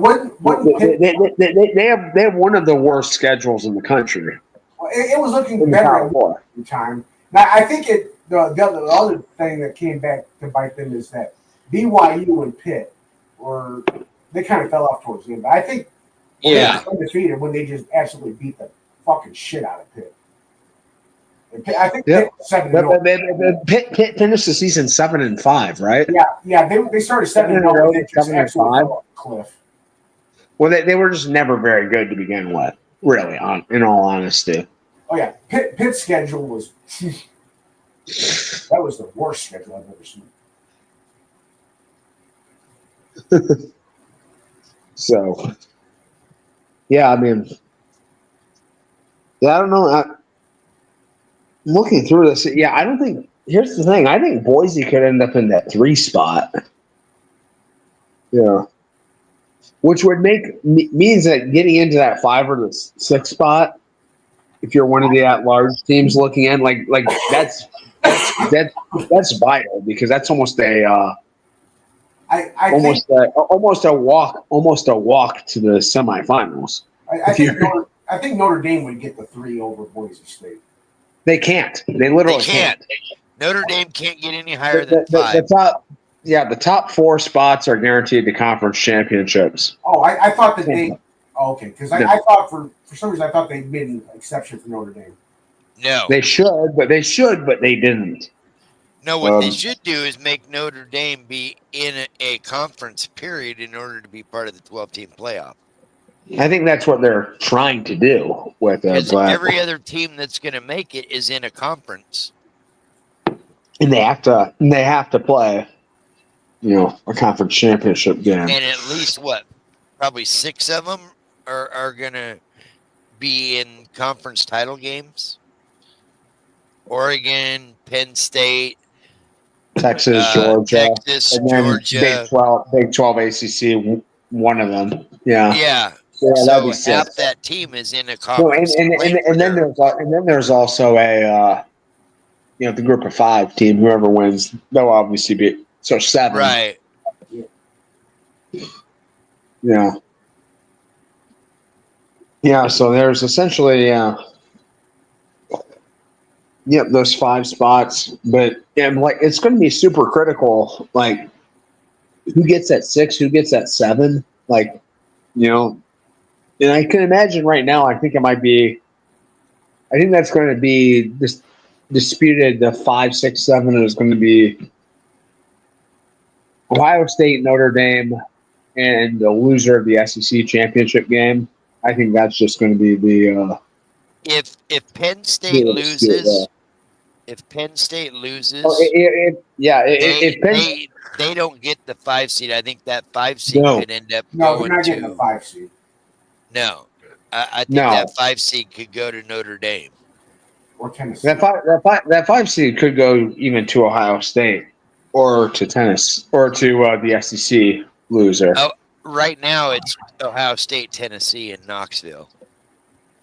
Yeah, that's a tough call. That's why I said we have to if see. You look at the AP. Penn State's going to have another bullet point is like, so say Penn State loses by 3 on a last-second field goal to Oregon. They might. That's no different. That's no different than Ohio State, though. If they lose you can't lose any closer to Oregon than Ohio State was. I understand that. I'm saying that they had an extra game, though. They also played an extra game. Ohio State was sitting at home. But Ohio State also beat Penn State on the road, and there are 2 teams And They're Ohio going to be State, in the play- they're Ohio going to be in State, the playoffs this year. Ohio State beat. lost at home to the worst Michigan team in a decade. No, that's a compliment, Mike. I'm Yeah, complimenting it Michigan. sounds like a compliment. Oh yeah. No, you're not wrong. You're not Ohio State wrong just about that. lost a human dog shit. Congratulations, human dog shit. Oh man. Hey, can somebody tell me why Ryan Day had this puzzled look on his face, looks right at the flag plant, and then turns around to one of his players? Well, what just happened? Biden impression. Yeah, Ryan Day has PTSD in this game for some. In big games, he just like I don't know what it is. He like shrinks up because after the game when they're literally panning around him on the field, and he's just like. I think he's starting to wonder where his next meal's going to come from because Maybe I don't know what it is. Yeah, he looked confused. He looked confused. I mean, they're calling for his head now. I mean, ignore the fact that he's what 6, I think like 66-10 or something. Yeah, good. I mean, amazing record. Amazing record. He's like 47-0 against anybody other than Michigan. But he's and Oregon. This was his first loss against an unranked opponent. Yeah, that's where it starts, though. Yeah, that's where it starts. But he's 0-5 against Michigan and Oregon. Yeah, we just went 0 for the Biden administration against Michigan. Well, I mean, there was also the time, and I kind of want to go and look at a little conference title game here a little bit, but there was that moment in the fourth quarter. He called timeout. Then he tried to call timeout again, but he can't do that. Back-to-back timeouts. Like, he didn't know he can't do that. And the ref really had to tell him, no, you can't, and they got the penalty. As a Michigan guy, I'm going to give him a pass about not knowing the rules of calling a timeout. Okay. Dude, I knew that. I was watching the game. That's a 32-year-old reference in a different sport. Still, it's a sore spot for Michigan. Still. But that's multiple times this year now. Day doesn't seem to know the rules. Like, he's like, why is that clock running in the Oregon game? It's like, because it was an offensive on the field penalty, and the clock will continue to run. And he just was like, it wasn't an offensive. that was a wonky, I'm just saying when the penalty was called, and then they're wondering why the clock is still running. That's why. The point is, you need people that are around you that are supposed to tell you this stuff. Yeah. You don't know it, and no one was saying anything. So I mean, it's one of those things. It's just little thing, one thing at a time. Kind of a trickle effect, so to say. But all right, who you got? We got some college. We got some championship games we got to talk about. I don't think anyone gives a shit about Western Kentucky and Jacksonville State. All due respect. I'll take Jacksonville State. Jacksonville State. All right. I mean, Mike's just got the affinity for his old coach. Yeah. I think there's two interesting ones. These are Friday nights. UNLV Boise State rematch. Obviously, Boise State won the first one by 5. Ooh, I don't know. Yeah, this is a tough one. This is a tough one because really, Genty has not been. I mean, he does what he needs to do, but he's not been great the second half of the season. A lot of teams are focusing on he just had 226 yards against the Beavers. But I'm saying on average, it hasn't been quite like it was. No, of course not. Of course not. Of course, everyone's focused on it. No, I just said that, but UNLV is. I mean, they're obviously a damn good team in their own right. Yeah. So. No, I mean, where is this game? This game's in Boise, right? This is a home. It's at Boise. Yep. Okay. So, Turf. Yep. Smurf turf again. I'll take Boise. Yeah, but both teams just love to run the football. That's all they care about. So, I don't know. I think Boise will probably win. It won't shock me if UNLV doesn't. If Boise wins, it creates a lot more interesting dynamics for the playoff because Boise can be the 3 or the 4 seed. UNLV would slot right into the 12. They win. Yeah, I mean, at this point, Boise is. I mean, their only loss is to 3 on the road at Oregon. That's it. That's their loss. Yeah. I mean, that was the different number Oregon one team in the country. That has to hold some kind of credibility. Oh, absolutely. Yeah, I mean, Boise. Regardless of what conference you're in, your only loss is to the number one team in the country on the road on a field goal on the last play of the game. I do want to say something like I saw the Heisman. FanDuel posted Heisman results after the Colorado game against Oklahoma State. It had or Heisman odds. It had Hunter at minus 10,000. Yeah, I think pretty Travis much. Hunter's got this one wrapped up. Like it's just like, really? I mean, just that one game. Like it went from almost even money to like, yeah, like I mean, you're going to make a penny for every dollar you bet. That's what I was going to say. I was like, that dropped a lot. I mean, went up, It's dropped. However you want ridiculous. to say it, that went up a lot. Like Hunter and Genty were like back and forth, like basically until that game. The game where they won 58-0 against a team that wasn't trying. that wins them. Yeah, pretty much. You know? Oh, and I'm trying to Which is impressive. I mean, surprising too because the last 2 Heismans that won from teams with 3 or more losses was obviously Lamar Jackson, Jaden Daniels, Lamar Jackson, and then Robert Griffin. And they were quarterbacks. Yeah. I get the whole he's doing receiver and DB, but it's like I don't know. I mean, that narrative needs to die. He's been really, really impressive and really good on both sides of the field. I mean, like he's a top 10, 15 pick at either position. I mean, he is a unicorn player. I mean, he won't be doing that in the NFL. Let's put it that way. No. He'll just be outstanding at one instead of playing 120 snaps a game. He'll be defensive back in the league, I think it's up in the air. I really do. I'll be very interested to see. Better he'll just flame out in the NFL too. You never know. That's true. I mean, it's like you never know. I mean, you just don't know. Do these guys over here in chat know what happened yesterday? They're over here talking about Florida State. Do they not know who Florida State hired? Yeah, we already did the coaching carousel.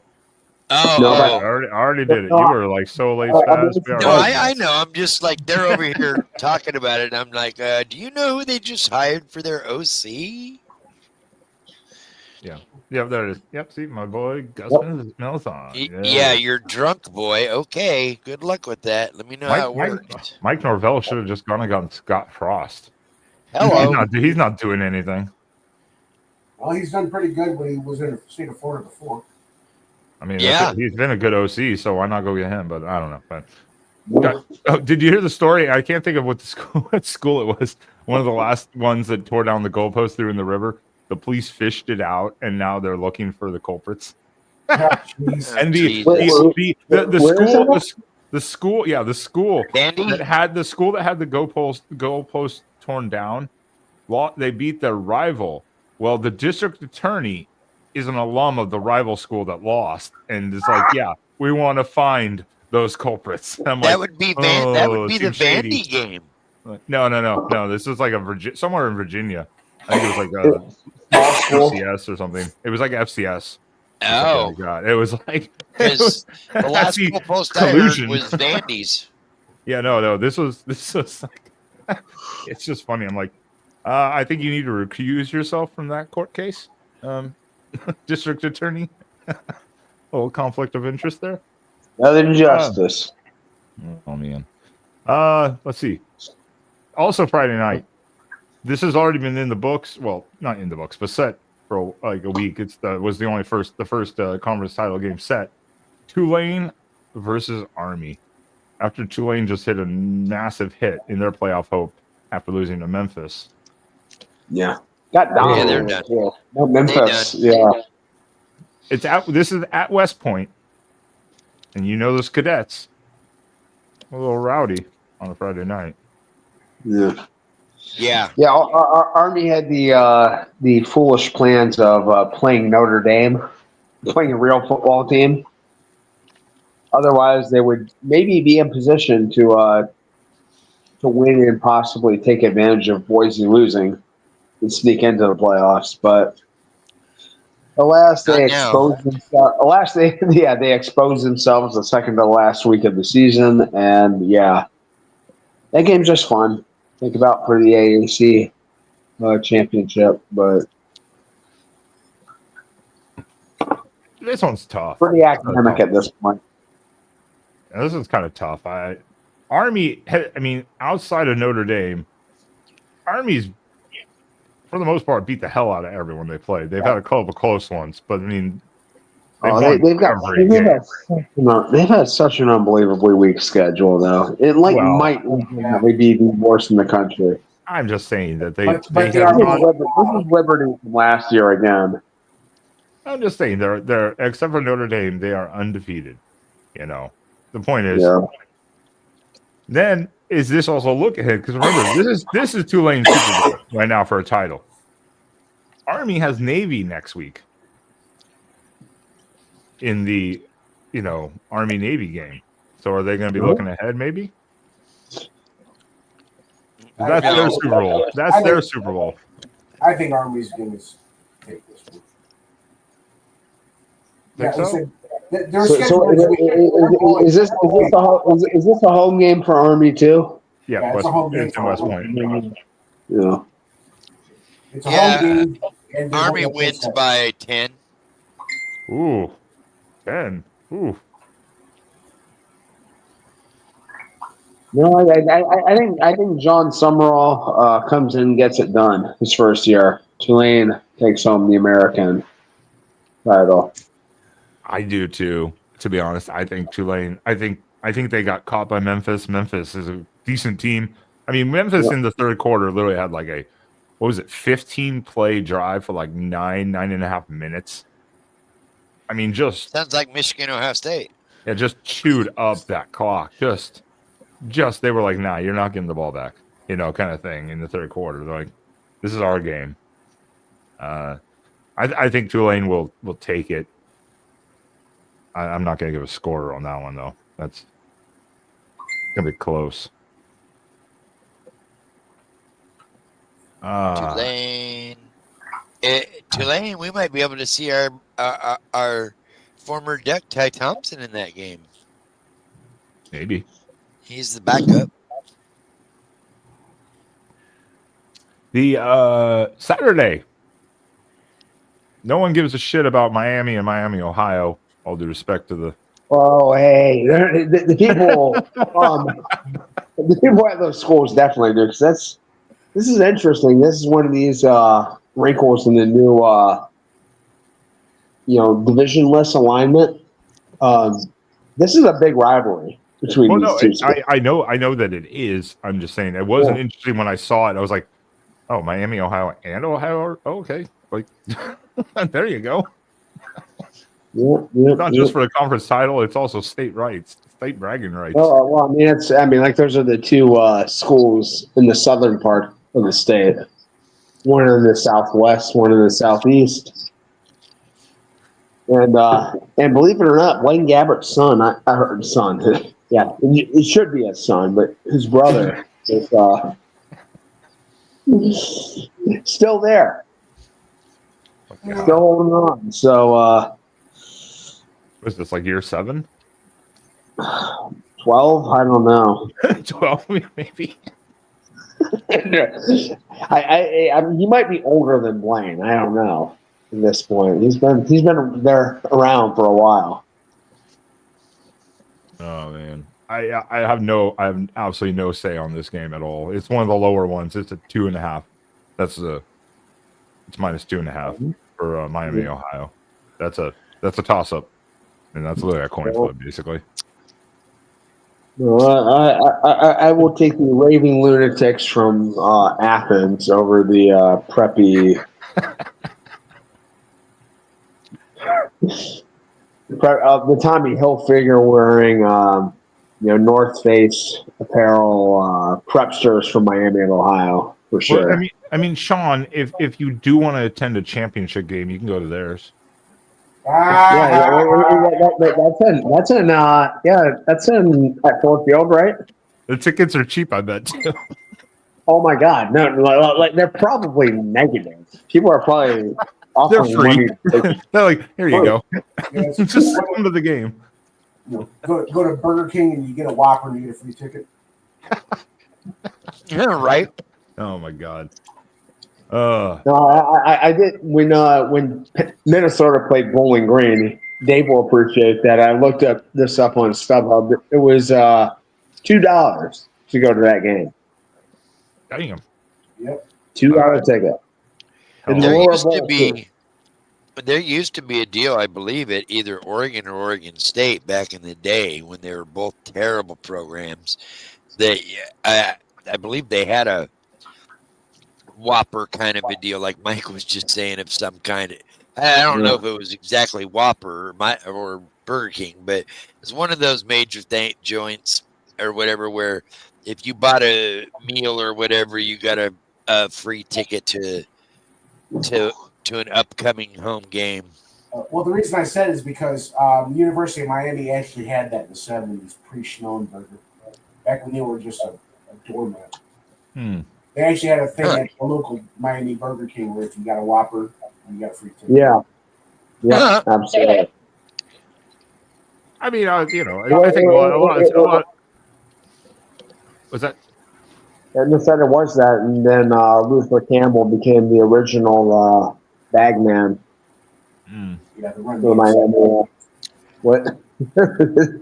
Well, if we want to get onto some good ones, bring it up here. Yeah, here we go. That's it. Because I was going to say, then we have the rematch. Georgia, Texas, in Atlanta, Georgia. Texas is favored in this game, even though they absolutely got curb stomped by Georgia the last time. Yeah, and that was in Athens. I mean, that was in Austin. So. Exactly. So it's hard I'm not to picture sure. in Atlanta. I mean, Georgia Texas again hasn't looked great until A&M, and even then, they stalled. But Georgia's kind of been up and down, and Carson Beck, it can be a liability. I don't know. This one could get sloppy really quickly. Yeah, this is. I mean, like Georgia just doesn't have the maturity, doesn't have the discipline. Like they're just going to be all over the place. So that's It's in Atlanta, though. They should have had a better season than they've had. I mean, scraping by Kentucky. I mean, it's hard to say. It's like, you're going to get the same Georgia defense like this that played against Ole Miss, or the one that played against Texas the first time, or are you just going to get? Yeah, what team's going to show up? Especially for Georgia, which one's going to show up? Because Georgia defense held them in that game in Austin. You don't throw 3 picks and then get out of there with a 15-point win or whatever it was exactly. If your defense doesn't help you, I think Texas is the more stable team. Yeah, I think, like I said, on paper it seems like Texas would be the easy pick. It's hard to pick Texas knowing that, like I said, Georgia went on the road to Texas and looked them pretty good, worse than the score indicates. And now, who's bullying? Is that you, Mike? Yeah, that's me. I'm talking about girlfriend. Okay. But I mean, even though this is technically a neutral site game, it's an unofficial home game. it's in Athens, yeah. I mean, or in Atlanta. I mean, it's right there in Georgia. I mean, yeah. I mean, I'm sure there'll be some, UT guys that'll make the trip. That's a home game for That's Georgia. funny. So it seems like on paper, it's Texas.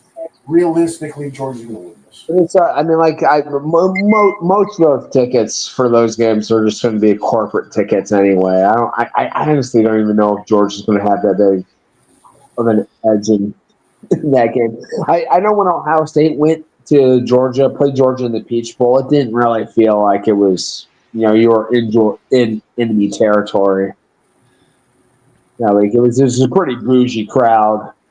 And I think that's how it's going to be this time too. So I think Texas wins this game. They found a running game yesterday, and that just complements Quinn even more. They have a running game going. I mean, that kid ran for almost 200 yards on a good A&M defense. Just shredded them the entire game. And we all know how Georgia's run defense is utter dog shit. So if you can establish the run, which will open up the passes for Quinn, it could be a long night for Kirby because you got to remember it wasn't very long ago that's still fresh in Texas's mind. Like with Oregon and Washington, that was still fresh in those guys' minds. They talked about it all week, and they went out there and they initiated impact curb stomping, and that's what the real teams do. When they see a lowly down, they keep the foot on the throat and they kick the little beaver, Wolverine in the head, unlike what Ohio State did.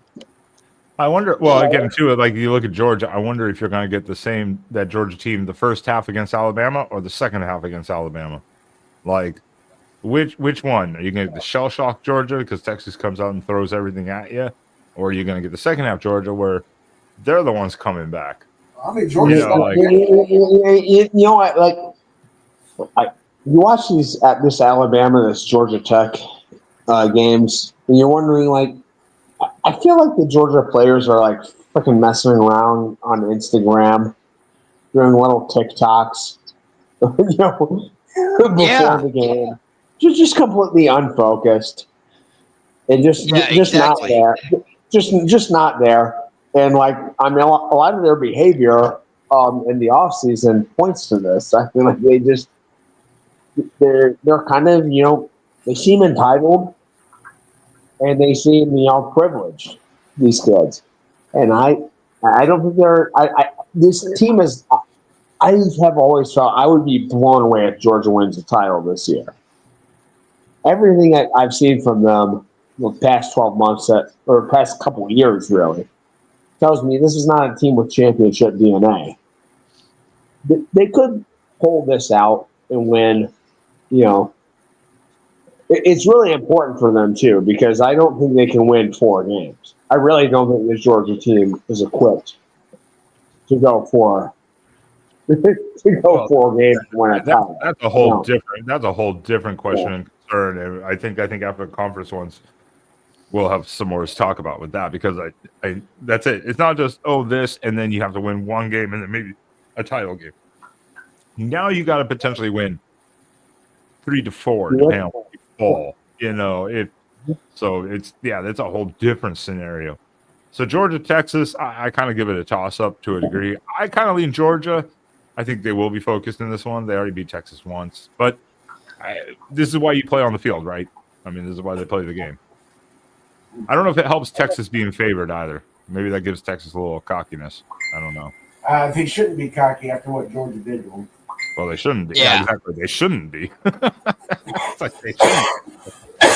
But I also feel like they'll be extra motivated. Like they got kind of undressed in that game. Tony, you're on some. Go smoke some more, man, because you are seriously smoking some high grade marijuana. If you want to see Georgia again, I don't. No, thank you. No. Fuck that. No.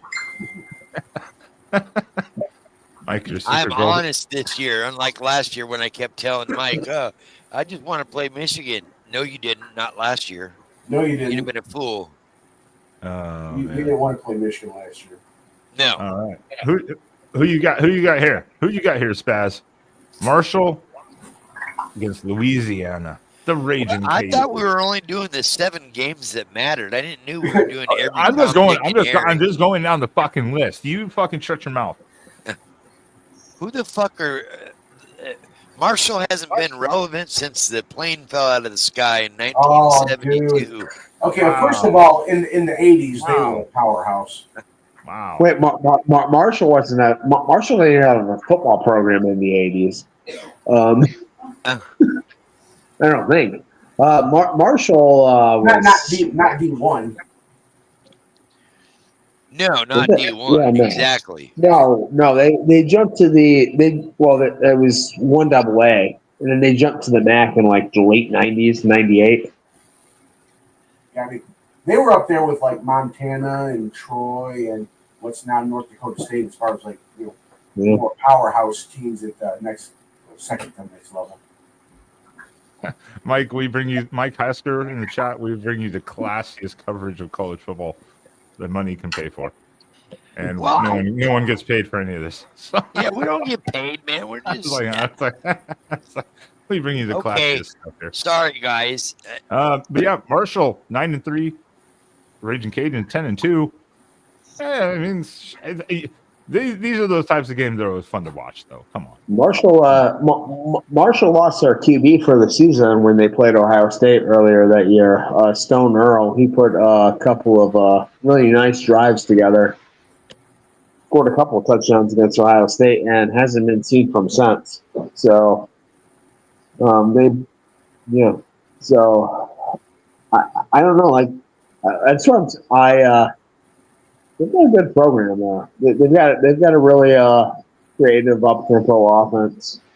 I don't know anything about Louisiana. I haven't watched a second of the Raging Cajuns this year, so I haven't either. But they're 10-2. So I mean, they obviously are good. They are favored by 4. Yeah, the one I'll take the one team I know anything about, and go Charles Huff and what was it? Get that Tudor's biscuits. He was offering the NIL deal for the Ohio State guys. Is that what it was? Yeah. He said we might be trying to entice some of their players to come to Marshall with Tudor's biscuits NIL deal, and apparently they're good biscuits. I don't know. I don't live in the hills in Appalachia, so I don't know anything about Tudor's biscuits. Me neither. Funny coach. He's a good coach. And I think he's an alum. Charles Huff is an alum of Marshall, so might be there for a while. But there will be some bigger suitors calling. No, negative. Go Raging Cajuns from Lafayette. It's in the dome. Raging Cajuns. I'll take that. Is there a better matchup of nicknames than Raging Cajuns and Thundering Herd? Right. Right. That is. How often do we get? How often do we get two teams with an adjective in the nickname? The Thundering Raging Cajun Herd. I don't know. There's some good MAC teams. I mean, you got the Golden Flash and the Zips and some interesting names. Mm-hmm. I don't know. I'll be watching it. But I mean, the goddamn television networks, of course, have to back up 2 games at the same time on network television. Because why wouldn't they, assholes? Because at 7 p.m. I can't do the theme song. We already kind of talked about it, but let's look a little deeper quickly. Penn State taking on Oregon. Penn State backs their way in because Ohio State doesn't know how to score any points. They got no field goal kicker. Yeah, that too. Oregon knows all about that pain, though. of missing Yes. field goals. Oregon knows all So about we that. understand your pain, Sean. We've Yeah, been we there. know all about that. That has cost us a bunch over the years. What are the thoughts here again? Is this James Franklin going to be James Franklin, or is this Dan Lanning going to be Dan Lanning? In Well, James Franklin is undefeated in the Big Ten title game so far. Perfect, How many has he won?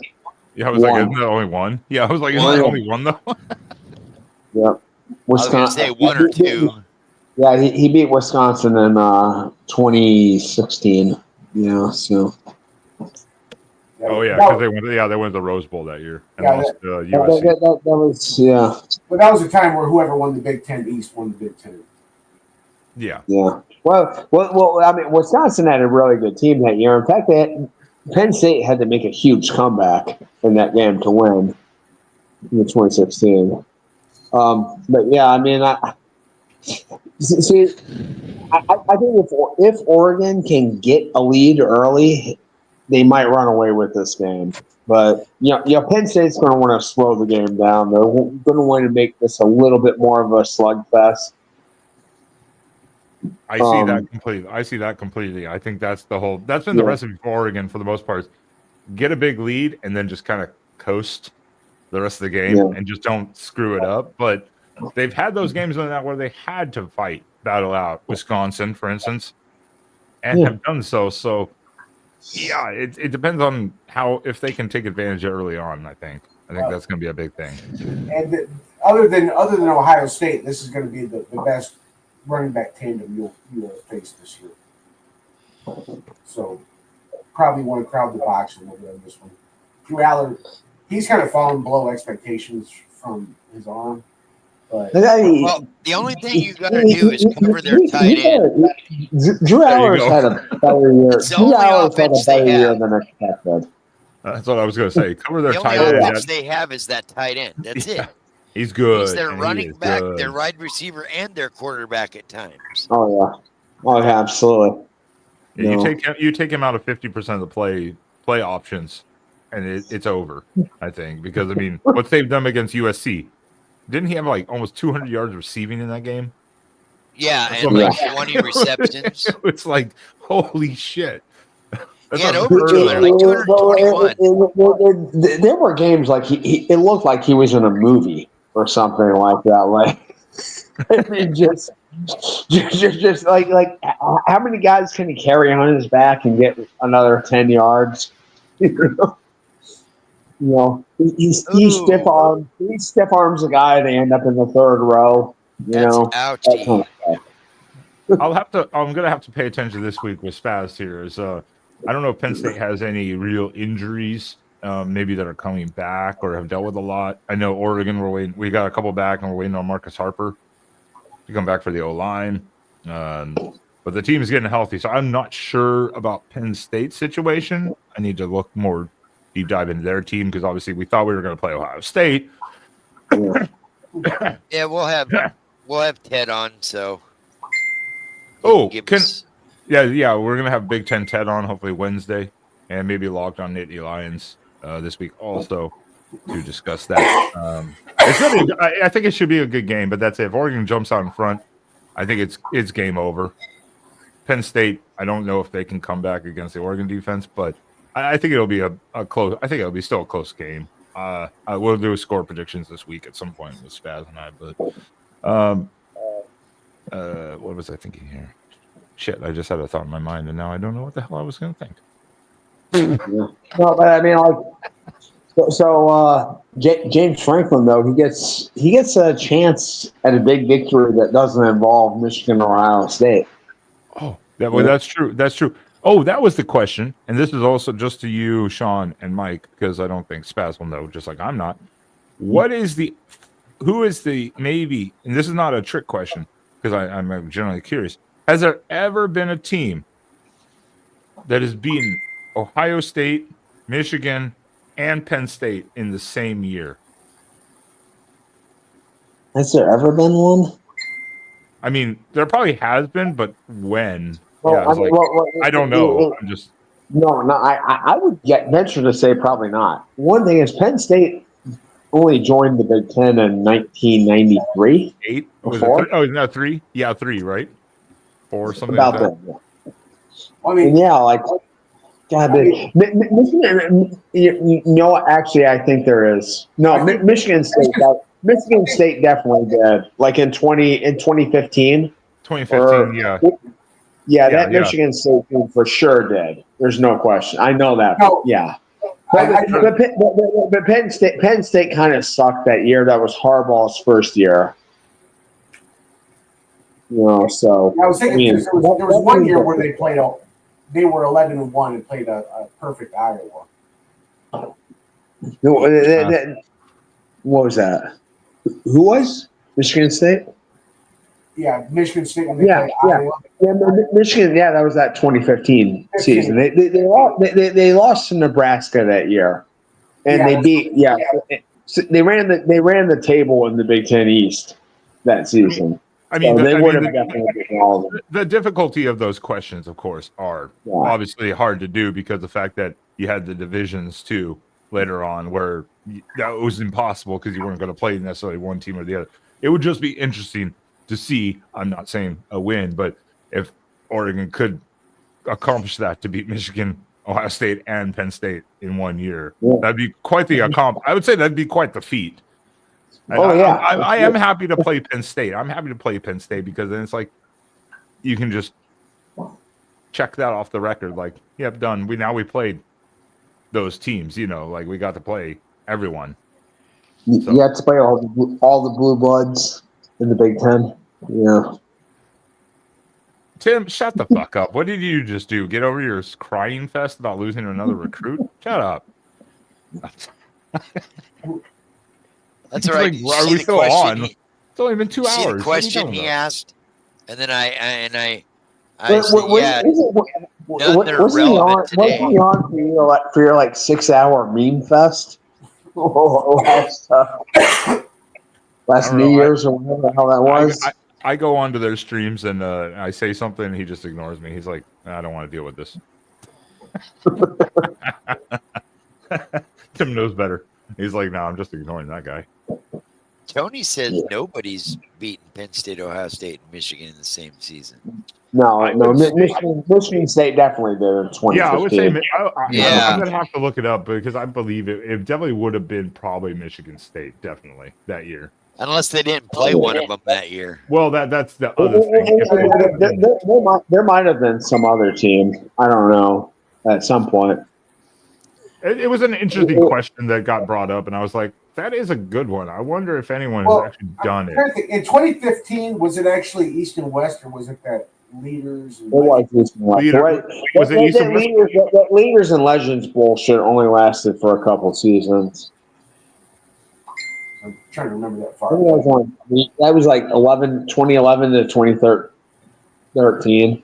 That garbage. Was it? I don't know. I'm just curious. I'm going to see if I can find this actually really quickly. I'm looking it up right now. Yeah, I was like, hold on, I got to find Maryland. I got to find Michigan State here.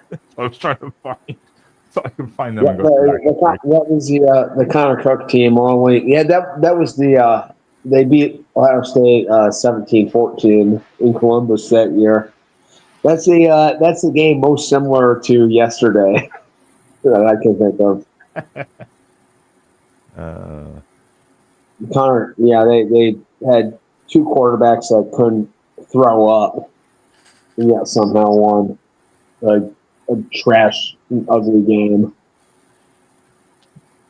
Yeah, that's a good one. I think it would be interesting though if Oregon could accomplish that this year. So that's why I'm kind of happy it was Penn State. To be honest, I'd rather play Penn State than have to deal with Ohio State again. To be honest, I don't know why after the showing from Ohio State yesterday, but I'd actually rather play Penn State.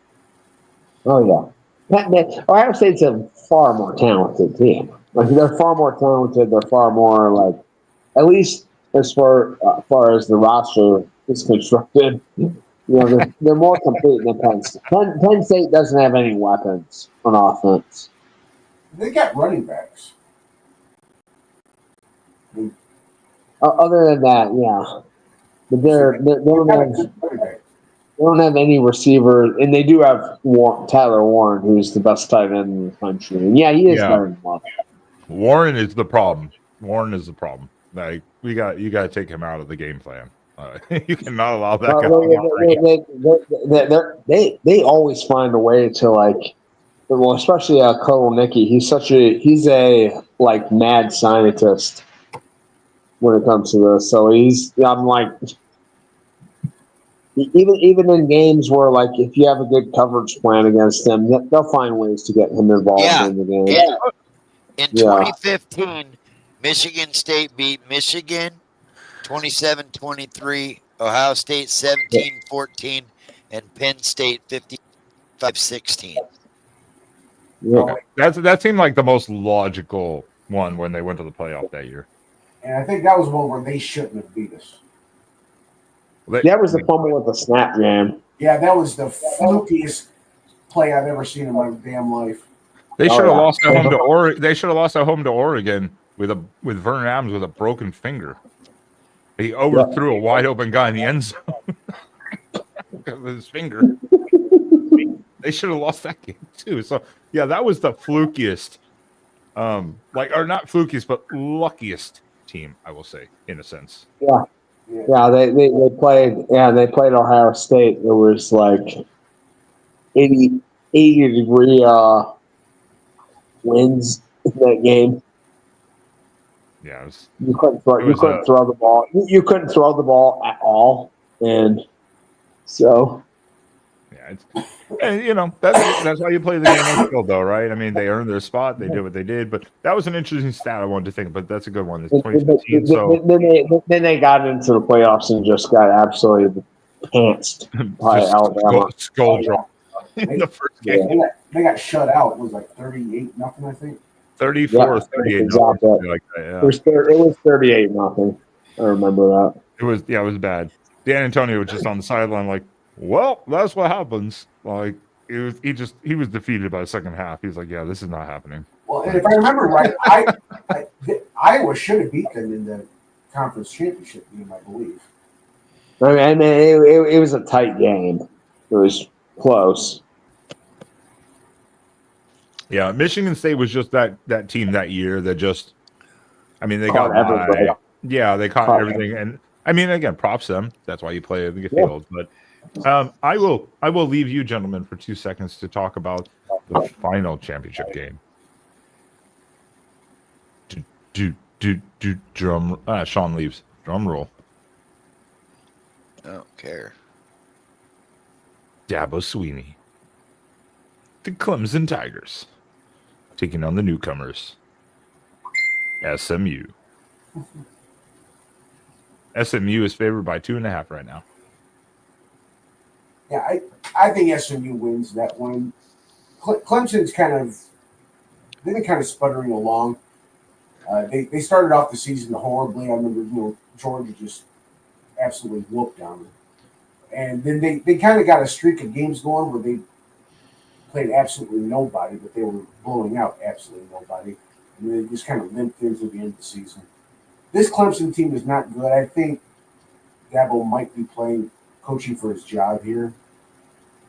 And this SMU team, offensively, they look like they're able to hang in there. I'm going to take SMU in this one.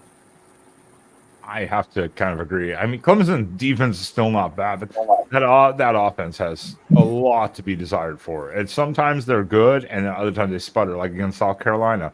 Clemson looked pretty good at the beginning, and then it just stopped. Like, it just literally just died on the field. Like, they couldn't do anything.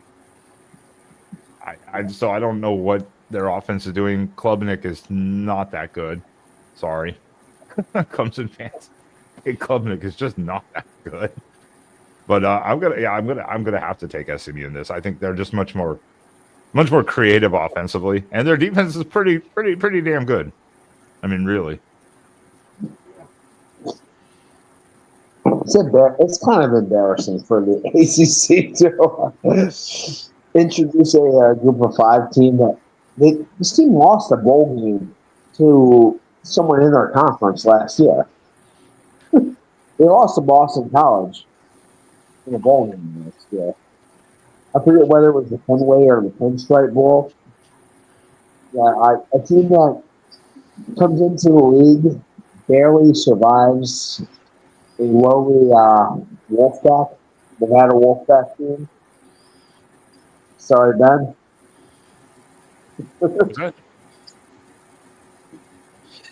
No. I was stuck reading the you.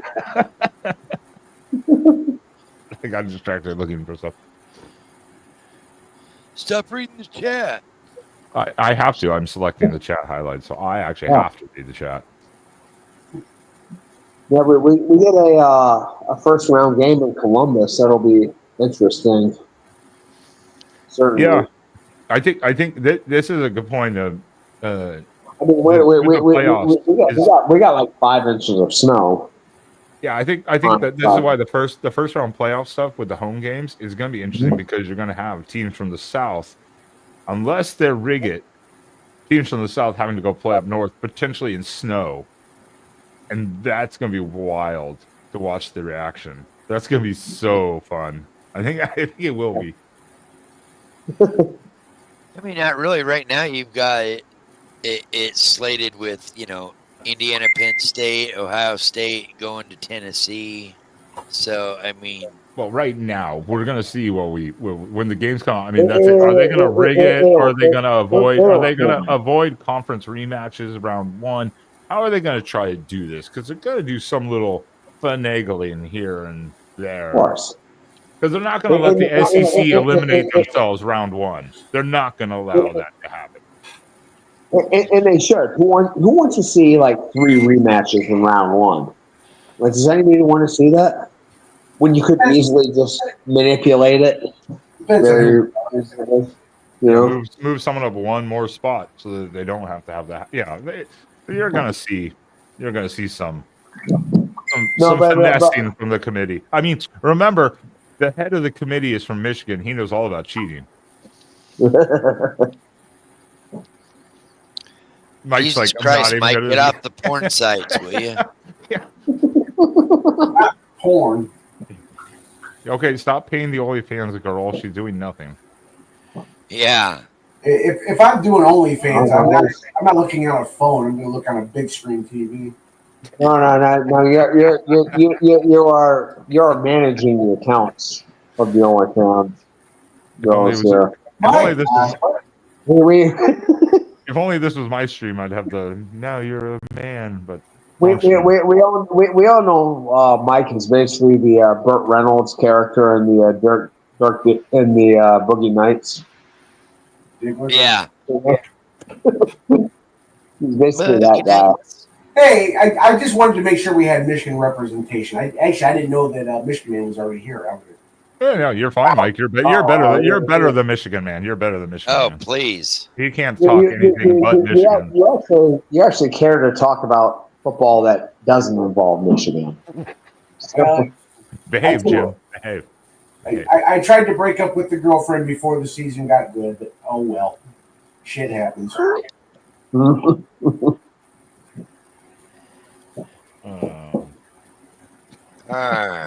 Really? Jeff. No, okay, but no, I want to say. Where is our teenager? In bed. He was grounded. Lost his internet access. Yes. We haven't seen him in like 3 weeks. Mama must have pulled the internet cord. Jackson is off this week, Tim. He's dealing with some personal matters. So he is taking care of business at home. Yep. So you're stuck with us. We're all thinking of Jackson at this time. Yeah, deal with it. I mean, you can come in and talk about Big Ten title games that you have no. I mean, there's only two of us. There's only two of us on here that know anything about title games. We have the same stake in the Big Ten championship game this week. Although that's not actually true, I need Oregon to knock off Penn State because we need to be in that 5 or that 6 spot.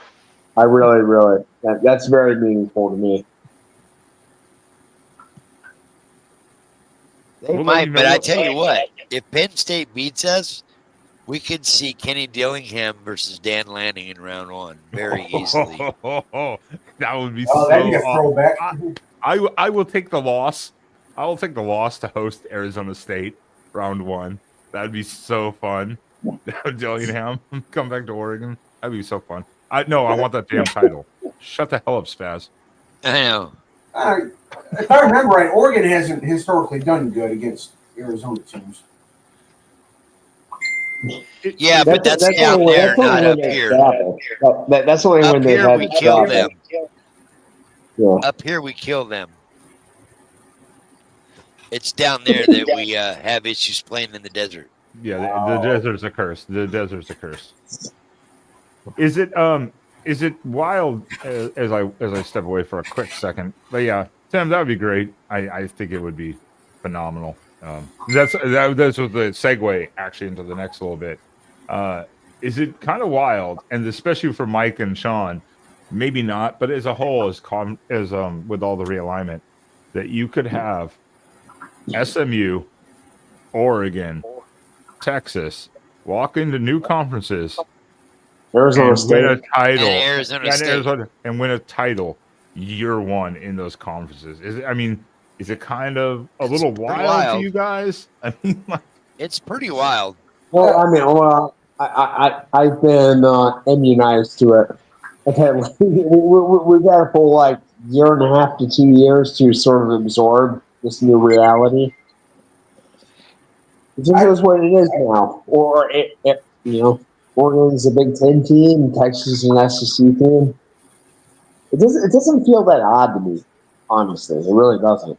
The Oregon thing does feel odd to me. No offense, but the Oregon thing does feel odd to me because, I mean, let's face it, the Pac-10, Pac-12, whatever, that's been the worst of the Power 5 conferences. Until last year. I would argue the Big 12, the ACC are close. Last year, but I would say for a good, before last year, 7 of the last 10 years, the Pac-12 is the worst of the 5. Yeah. Like I remember that year that Washington made the playoffs. They weren't a top 4 team, but they just had to put in a Pac team, which got trounced by Alabama as expected. But their Pac has been kind of down. In the post Pete Carroll USC years, the Pac-10, Pac-12 has been kind of down. Mm-hmm. Yeah, and like the Oregon years from Chip Kelly to Oregon kind of turned it around like the last year of Cristobal, I guess. I don't know, but Oregon wasn't. Yeah, from the time Kelly left until about the last couple of years. Yeah, Oregon has just been kind of wandering around as a mediocre program. I mean, the Chip Kelly years were, but once Helfrich went in there, Oregon just kind of fell off too. Yeah, but it was I mean, but that was still kind of like a Chip Kelly program. He was just sort of living off the fumes of the Chip Kelly era. Yeah, and but we collapsed after that until Mario came back. Yep. Yeah. And shit, wait. Mario collapsing yesterday. Oh god. I mean, what's it going to be like for Miami going into next season? Like, I mean, like the whole program's going to have to turn over a ton next season. Like, there's no way they're going to have this good of a roster next season. They have one of the, I think they got the number 3 recruiting class in 25 right now. They have some For pretty good 25? recruits. Yeah. No, I mean, Right now. Mario's a nice recruit. He's always been a really nice recruiter. if you had his recruiting ability and any ability, and any semblance of how to like actually run a program, like Well, you know, with Oregon's resources, oh man, they would kill. Yeah. You know, since Ben's gone, Sean, Yeah. is Ryan Day gone? Well, we've got a postseason to play. If he wins out, definitely not. If he loses the first game, I think he probably is. I really do. And I think I don't know. If it stays you guys versus Tennessee and you guys lose, is he gone? I think so. Yeah, because that would just be too many times where they haven't. But I mean, like that's a big risk to take, though. Where getting rid of him, because like I feel like you should have, a plan in place. I say let him go and bring and just elevate Brian Hartline. Well, I say Hartline is a recruiter, but he's not a coach. No. You've got to have a guy that can actually build a program. I mean, he's a good developer of talent. I don't think I haven't seen much in Hartline that says he's a head coach. I mean, we have consistently not given him play calling duties, not giving him full OC duties the whole time he's been there. Even though he's been a hot commodity for the past several years. There's something missing. Like he's just missing. He's obviously an elite recruiter and an elite receiver coach. I mean, you can't be one without the other and have the success in developing the receivers that you had. But I mean, Jason's right. You could elevate Chip and elevate Hartline to OC. No, Chip hates recruiting. Chip hates recruiting. I mean, Chip has absolutely zero interest in being a head coach at that level, I think, anymore. And he's done. Although I will say Ohio State kind of recruits itself, like Michigan, it kind of does recruit itself, but Chip hates recruiting. He absolutely hates recruiting. This has been known for a long time. No place recruits itself. I mean, if you put the wrong person, I'm saying it helps. It does help, but I think Chip would drag it down. Yeah, you definitely have advantages. There's no question. But if you have a disinterested head coach, I mean, you're gonna fall behind. Like Michigan, Harbaugh has the personality of a wet sponge. He hates talking to people. He doesn't care. He hated recruit. All he wanted to do ever was coach football. Right. And that's why they ended up winning a national championship with a bunch of 15 to 20 ranked. That what Michigan did, that's basically if you put all your effort into just coaching and program development and zero effort into recruiting. Could you imagine?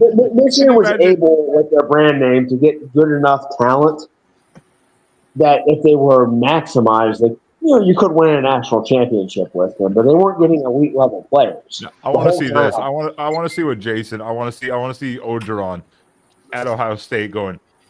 The Ohio State Buckeyes. Jimbo to Columbus. Book it now. What a fit. Oh, jeez. I would love it. Coach O is sitting on an island somewhere, relaxing, or in a swamp. I don't know, whatever he prefers. Jimbo, that'd be great. Yeah. Jimbo. Oh my God. Talk about recycling the fucking coach. Oh God. Then again, I don't know. Ohio State probably wouldn't venture too far. They probably would refill. If they hire someone, they'd probably refill for a coach. Get a guy from Matt Campbell, maybe might be a realistic hire. Another Ohioan. So what is Signetti's buyout now in Indiana? Oh, he got an 8-year extension. That was a $64 million contract. I don't know what his buyout would be. Probably at least 30. Close to it. 25. 20. Yeah, I mean, so Yeah. it's a good amount once they locked him down. So I was like, well, no, Cignetti's off the table for most teams. Well, I also don't think he's that interested in moving on. Like, I don't feel like he's this sort of mercenary guy. Anyway, He wouldn't sign the extension if he was looking to move. Yeah, I think not for 8 years. Yeah, Cignetti, I think, is very happy where he is. I think he's like, hey, I've achieved this level. What is he, 62, 63 now? it's right around one of those two. It is one of those two, 62 or 63. He's kind of like Leipold. He got to the next level, and he's like, cool, I'm here now. I'm just gonna win, play football, win games, and I'm happy.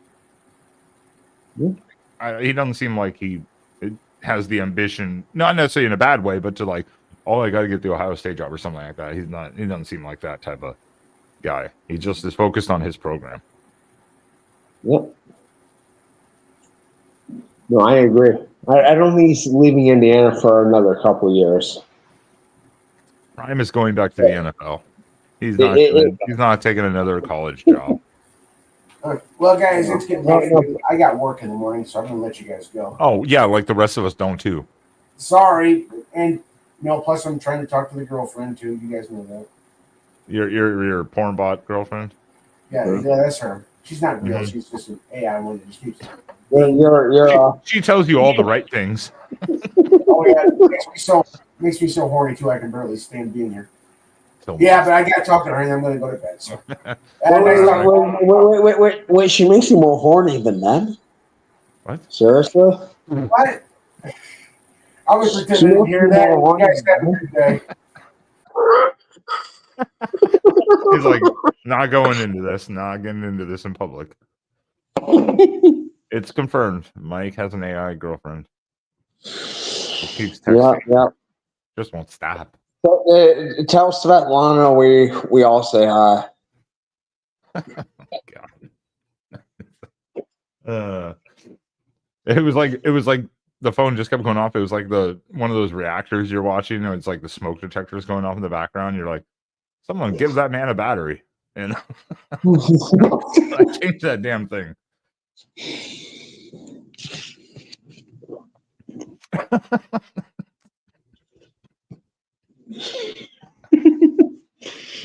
It's fair. Hey. It's fair. Oh God. Is there any other little we're looking at, talk about stuff like that? Oh shit! Did we even get through all the championship games? Yes, we touched upon everything from Jacksonville State to Louisiana and Marshall, all the way to SMU Clemson. Yep. Oh no! Well, we did skip. We actually did skip Arizona State, Iowa State a little bit. We did kind of skip over them. I apologize. We did kind of actually skip over them a little bit. Yeah, that was the greatest the flattest conference that ever existed. Where the God,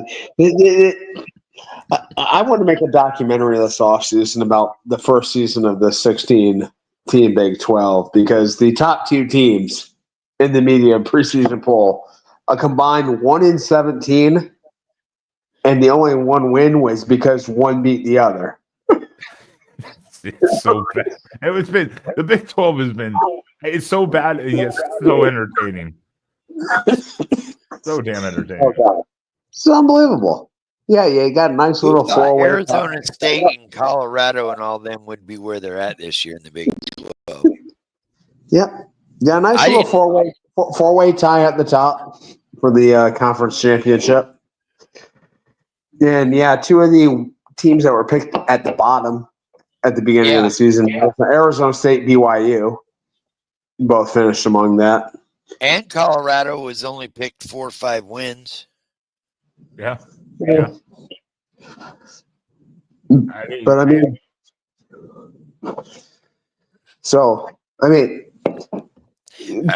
Coach Prime's getting just like an absurd amount of credit for what isn't that exceptional of a season. I mean, you guys, you have like several 5-star players on your team. How you should be you should win a lot of games in the league this average here. Yeah, it's the Big 12 has been just all over the damn Oh, place. Like, just for you, look who showed up in chat. yeah, like Kansas was supposed to be really good this year. The first half of the season sucked, and then yeah, it's Moose. Yeah, okay. But yeah, Kansas was supposed to be hot this year. The first half of the season sucked for them.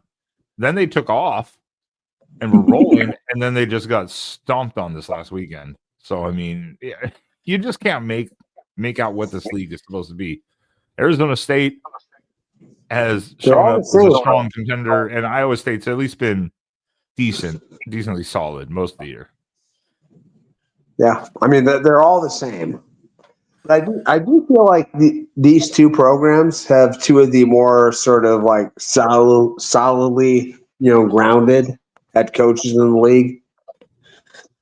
So these are and it'll be interesting to see what Dillingham's future is at Arizona State. Like, He ain't going anywhere for a while. No, he doesn't even seem like a guy that like I think a lot of big programs would really want. He's not that attractive of a hire. Like he's not going to go to like a blue blood. He's at his alumni. He's an alum of Arizona State, so I think he's as he's bowling every year. He's from right there. Like he's a Phoenix area guy. Yeah. So it's. He didn't wait 20 years like some people do to get their alum head coaching job. He already got it, and he's already taken year 2 now. He's what, 32, 33? Yeah, and he's like 33. 33. Is he 34 now? Okay. I was like 33, I think. Yeah, 34. Whatever. Point is, he's young. He can be there for 25 years. And if he go bowling every year, wins the title every like 3 or 4 years, they are going to be more than ecstatic to keep him. And he's still like 35 years under the average residence you have someone living in Phoenix. So that's true. That's true. So like he could be there another 30 years and still be a young guy by the end. Yeah, exactly. I mean, you already got your alumni up there, so why wouldn't you stay there if you're having success and they love you and they're paying you? Why? Yeah, why? This is I get coaching ambitions to go other places. I just don't see it when you're being successful somewhere and you can build it, and they don't have the highest. No disrespect to Arizona State, not like they have the highest expectations in the world. But they also have a pretty high ceiling there. I mean, like that area is growing like freaking gangbusters, and the high school football around there has been improving faster than any place in the country. Like literally, like I mean, there are more high level recruits coming out of the Metro Phoenix area than any. I mean, in relation to what they were like 15, 20 years ago, than any place in the country. Yeah, I mean, this was literally a desert, for football talent. Now it's, Yeah, no, that's fair. I mean, that's fair. Yeah, Arizona has been producing, as a state, a lot more quality players over the last like 4, 5, 6 years, especially. You've been getting a lot more 4 or 5 star out of there. But yeah, again, why leave a low pressure job when you're making everyone happy and they love you? Like, I just don't. I get the ambition. The guy took his $200,000 bonus and gave it to his entire coaching staff. Yeah, I mean that's it. Pay the staff that also makes you successful, one that can help keep them around. Obviously, you're gonna lose staff eventually. I mean, Dan Lanning just made $400,000 for conference title game and for 12th win, each $200,000 bonuses. He made $400,000. He's probably going to put it towards assistants. Chris Hampton's probably gone from Oregon staff this year. He's probably going to go to FSU to be their DC. So Yeah, that's that kind of a wouldn't loss. surprise me. Yeah, it's going to be a bit of a loss. He's only a co-DC, but pay your staff, your fundamental staff. You know, that's a big thing. If coaches do that, you know that they want to keep people around and continue success. And as a lot of young coaches too, like Dillingham and like Lanning. Lanning's only 38. Goddamn, I'm the same age as him. Look at that motherfucker. You know, I mean, look at him. Jesus. You know, And yeah, in Arizona State's I mean, it's a unique university in so many ways. It's kind of a destination university if you're like a raging party animal, right? It's yes. Here's a great one. They also have, I believe, the largest alumni base in the country because of the online, because of the online school. Yeah.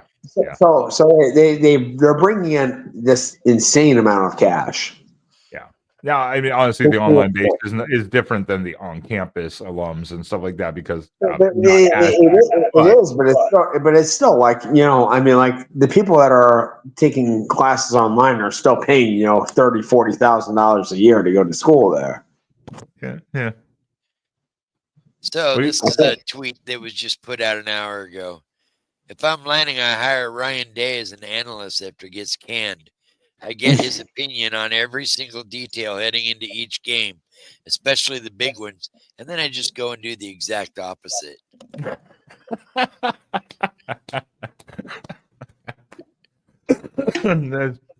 That's true. I mean, Saban's not here, so who's going to start hiring these guys as analysts now?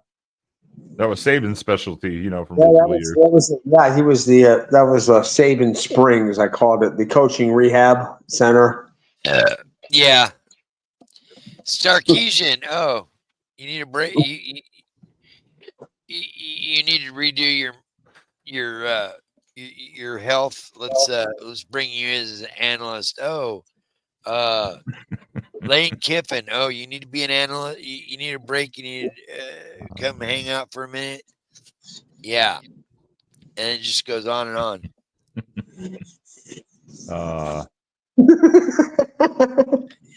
Jesus. People are you the chat is terrible. Chat is terrible. In the best way, in the best ways. In the best way. Terrible though. Is there any other game? Shout out to Sean for standing in the paint tonight. Yeah. Damn right. Taking his lumps.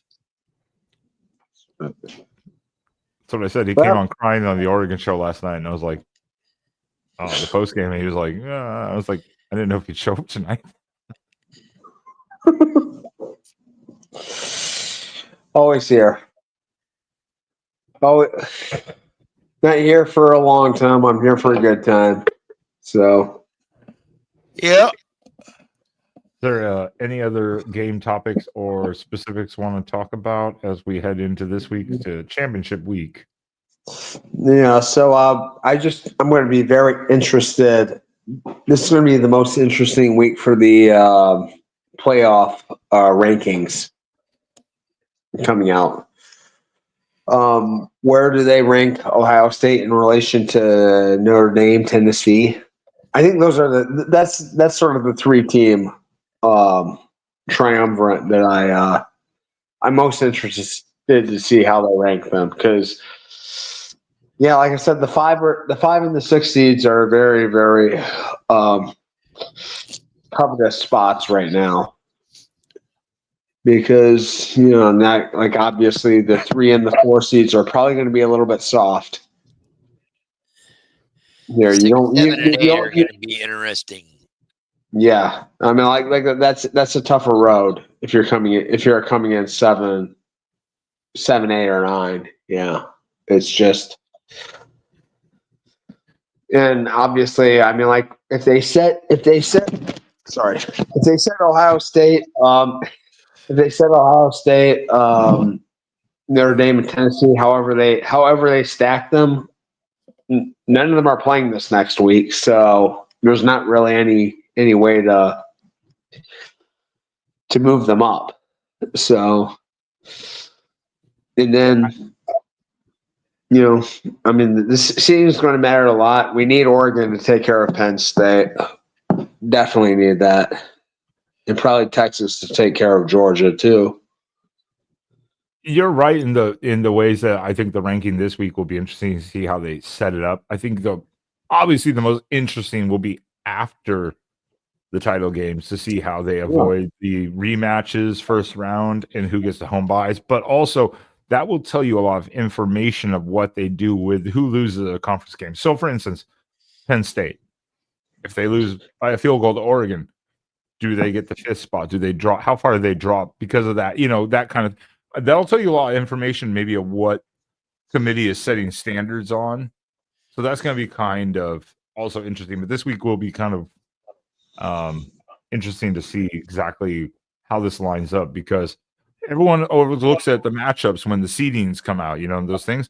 But we know that's not going to be the final. The ranking, that's not going to be how it is.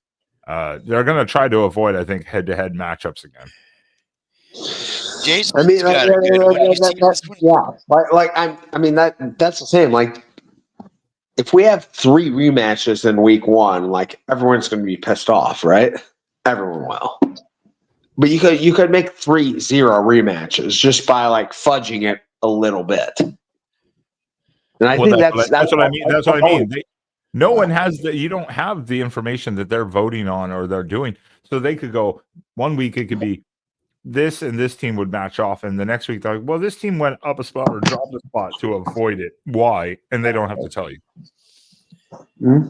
So, I mean, like, even if they had to tell you, they could BS something. Yeah, they could just be like, well, this statistic and the eye test. They could literally just say eye test.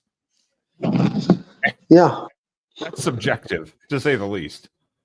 But the thing is, I don't think it's wrong. Like, none of us want to see a bunch of rematches. None of us want to see, like, 2 Big Ten teams in the first round playing each other, or 2 SEC teams. None of us do. Well, I mean, that's the whole point. That's fair in some way. I mean, it would be like having to watch. Although I would take an Oregon Boise State first round match in Eugene again. I would take that. I would take that. I mean, that was a good game. I mean, it's going to be a totally different game this time, I think. But I would take it. You might get that after you lose. Like, that's a realistic possibility. Shit, Sean, what do you think about Eddie George possibly? No. I mean, he's done a good job. He's done a good job. I mean, like, that's an insane level jump. That's like even though he's an alum and a legend at Ohio State. Yeah, but that's like putting a figurehead to a degree. I mean, no offense to Eddie George. That's a big jump. I just saw that and I was like, that's kind of interesting. Eddie George was being talked about as a running backs coach this offseason. I don't think Ryan Day is getting fired, and I don't think he should, to be honest with you. I'm going to be perfectly blunt here. Like, I think he's done a really, really good job with this program. And Harbaugh lost his first 6 years to Ohio State. I mean, like, if you can't tell a good coach from a bad coach, he's done a really good job building this program. I mean, eventually he'll get over this little mental hurdle that he has with Michigan. Now, what if he's a 5th seed, hosts the first round, and gets blown out at home by someone? I mean, the season would have literally been a wash. I mean, like, you have accomplished absolutely nothing. I mean, there are some stipulations, standards that sometimes you have to do. It's like you have the greatest season ever. You didn't win a conference. You didn't even play in the title game. You didn't accomplish anything necessarily. I'm just curious. I have no involvement or interest in it. I could give a shit what Ohio State does. I mean, I think he's done a really, really good job with most of the aspects of running a program. I think it's a lot harder Oh, you yeah. know, to just find a guy. Ohio State fans are spoiled. They think you can just plop anybody into this program where you just win 11 games every year. Okay. Oh, no, coaching. I mean, coaching is difficult as shit. You put any of us in that job, and that team was like 0-12. Yeah, they don't even show up on time. They don't even show up on time to the game. No, we might forfeit like 4 games a year because we don't know we're supposed to be there. Oh Exactly. shit! Is that today? Exactly. I'm sitting at home. I'm sitting at home watching football. I'm like, wait, this isn't our bye week. Shit. Fuck, I You know, gotta like- get to the stadium. Shit, I gotta get No, a I mean, plane. Yeah. no, I mean, no, I like, but I can look and I can see like how good of a job he's done, like building the program. How What happened yesterday? how well the players have developed, and where we're going. I don't want. What happened yesterday? I'm personally very invested in seeing him succeed because I've approved of everything we've done outside of 4 little data points. But what happened yesterday? That game should have been a 20-point cakewalk. It should have been. And he tried to say in the press conference how, we prepared all week and had the game plan and just didn't execute it. What do you mean you didn't execute? No, I mean, I think it was. I watched the game. I thought it was just a bad game plan. I thought if they would have, just. I saw this in the Nebraska game too. They're afraid because they've had these offensive line injuries. Like they don't want to just sit back and throw the ball a bunch of times because they're afraid that their offensive line will just get run over. And in the Nebraska game, the play calling was tight. The play was tight. And that game was way too close as well. So you threw the ball to Smith 5 times the whole game. 5. He caught 3 passes. He caught 3 of them, and he drew 2 pass interferences on the other ones. Yeah, it was not good. I mean, we should have been unloading the clip against them, especially because we were going up against an offense that's inept, that's incompetent. Yeah. I want to bring up this thought of question too while we're on the topic. I left this question up, so I want you guys to touch upon it afterwards. But is Ryan Day? Well, God damn it, the whole question about Ryan Day. He's like, "I'll be right back." Yeah, son of a bitch. Okay. So let's go to this question. We'll go back to Ryan Day in a second. The question here is, why is Sark so stubborn about benching Ewers for Arch? Ewers has been so bad. It looks like he's trying to throw the game. I don't know. Ewers has been on and off this year. Some games he looks really good. Other games, not so much. It's been really hit and miss. I don't know if that's just the defenses he's playing, if he's not reading the defense right. I don't know the play. I don't know what it is with Ewers. Yeah, I don't know. I mean, our Arch can come in and give you a little bit here and there, but I just don't think he's quite ready, and that's why they stick with Ewers. I mean, yeah, because I think it did open a good question though when they benched him in the Georgia game and put Arch in, but obviously that didn't go very well because he was hurt. Well, I know that, but I mean, they put him in. They had to throw him in, but I mean, Arch didn't exactly look good either. So, no, I mean, the point is you've seen both of them, and it's just. And again, Texas has not played the most difficult schedule. No. So I don't know what's happening because last year everyone was like, Ewers is the next coming of Christ, for fuck's sake, at Texas football. And this year it's been okay. Nothing great. Like he produces enough results, but it's not anything great. I don't know. I No, have no. I think they need to just fully commit to Arch the rest of the way. I mean, I think the more half in, half out they are with either one of them, the more it's going to hinder them in the playoffs. Well, it does feel that way. It kind of feels like at least the fan base is 50-50. Yeah. As soon as Ewers throws like an interception, they're like, put Arch in, like immediately. Like they're not super invested, which is not a good thing either. I don't know. Yeah, it's kind of a weird thing. Yeah, Ewers was a preseason Heisman, I believe. Not super high, but he was up there.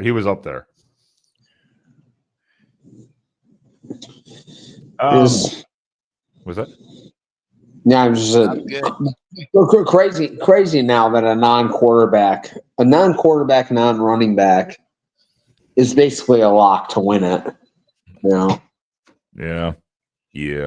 I mean, when was the last time we had a player win who wasn't a quarterback or a running back? Oh, Devontae Smith in the COVID season. Devontae Smith. Well, he was phenomenal. But that was also a COVID season. So if you took that out, like we basically forget that year, especially if you're a Michigan fan, you forget that year existed. Another year to forget. Yeah. Yeah. I mean, and now, it would have been back in the Woodson year. Probably. Well, I think Woodson. 98 or whatever it was, 97. Yeah, something like that. I mean, we have another data point coming up though for certain players because obviously Colorado's not playing this week, so you have another opportunity for a Genty, a Gabriel, etc. to like ball out and make a last second push. Are you saying I should bet the house on a Genty at like plus 3,500? Yeah, right. I'm not saying anything. I'm just saying you have a chance for other players to potentially have like that type of game, that can sway some votes here and there. I mean, who knows? We'll see. Betting odds are betting odds for a reason, but at the same time, they're betting odds because you're betting. I mean, so let's see. There you go. Real fast. I wanted to leave you this question here, Sean, to go over for just a couple minutes. Then we'll wrap this shit up because it's 3 hours and I got to get them 4 hours. I hate you all. Phone calls. Is Ryan Day now as good as he's been like in the regular season, albeit been phenomenal. No question about that. Is some mentions earlier was like he's like the Brian Kelly, does great here and there, but just can't get over those certain games. Is that just going to be his thing, or because you say, it takes time to overcome this, or is that just maybe how it's going to be? Like he just won't be able to do it. I'll say this: lots of people just. Lots of people gave up on Jim Harbaugh when he did. When he had a terrible record in big games, when he, couldn't beat Ohio State, couldn't beat a decent Michigan State team for his first, 6-7 years. And I mean, who's to say? But one thing is, I know he's a good football coach, and he knows how to build a program. And the culture of the program's been good the entire time he's been there. This was the first time they lost a game that they probably should have won, really, the whole time he's been there. And they've done so many positive things under Ryan Day that it feels presumptuous to just like kill him for having one flaw. Like every coach has a flaw or two. Yeah. I think he can overcome it. I think he can overcome it. I don't want to see him gone because, well, especially because, I mean, it's a complete unknown who you would replace him with. You put a boob in there and like it sets the program back for another decade. Whereas if we keep Ryan Day, I at least know there's a floor to the program's not going to fall beneath. You know, so I mean, it's a loaded question. Like you have to spend like hours dissecting like the state of the program. You know, the chances of him like overcoming his weakness, and you know what, you replace him with who? With like, you know, it's an easier question if you know you have like Urban Meyer waiting in the wings and he can just he's completely ready to take over the program. I don't think we have that. We don't have that right now. I mean, like we just fire Ryan Day. Like now we're just in a coaching search right now. Now we're just like aiming. You know, we're just picking. We're just picking a ball out of a spinning basket right now, hoping the guy succeeds. Yeah, exactly. Right. That was it. I mean, so Spaz, do you have any thoughts on this? It's so, I mean, like you say, you look at his overall record and it's pretty impressive. There's not many coaches that have that kind of overall record. But as we all know, at most major universities, if you can't get over that hump, your alumni and your nil money dwindle down because they don't have confidence in your program. Yeah.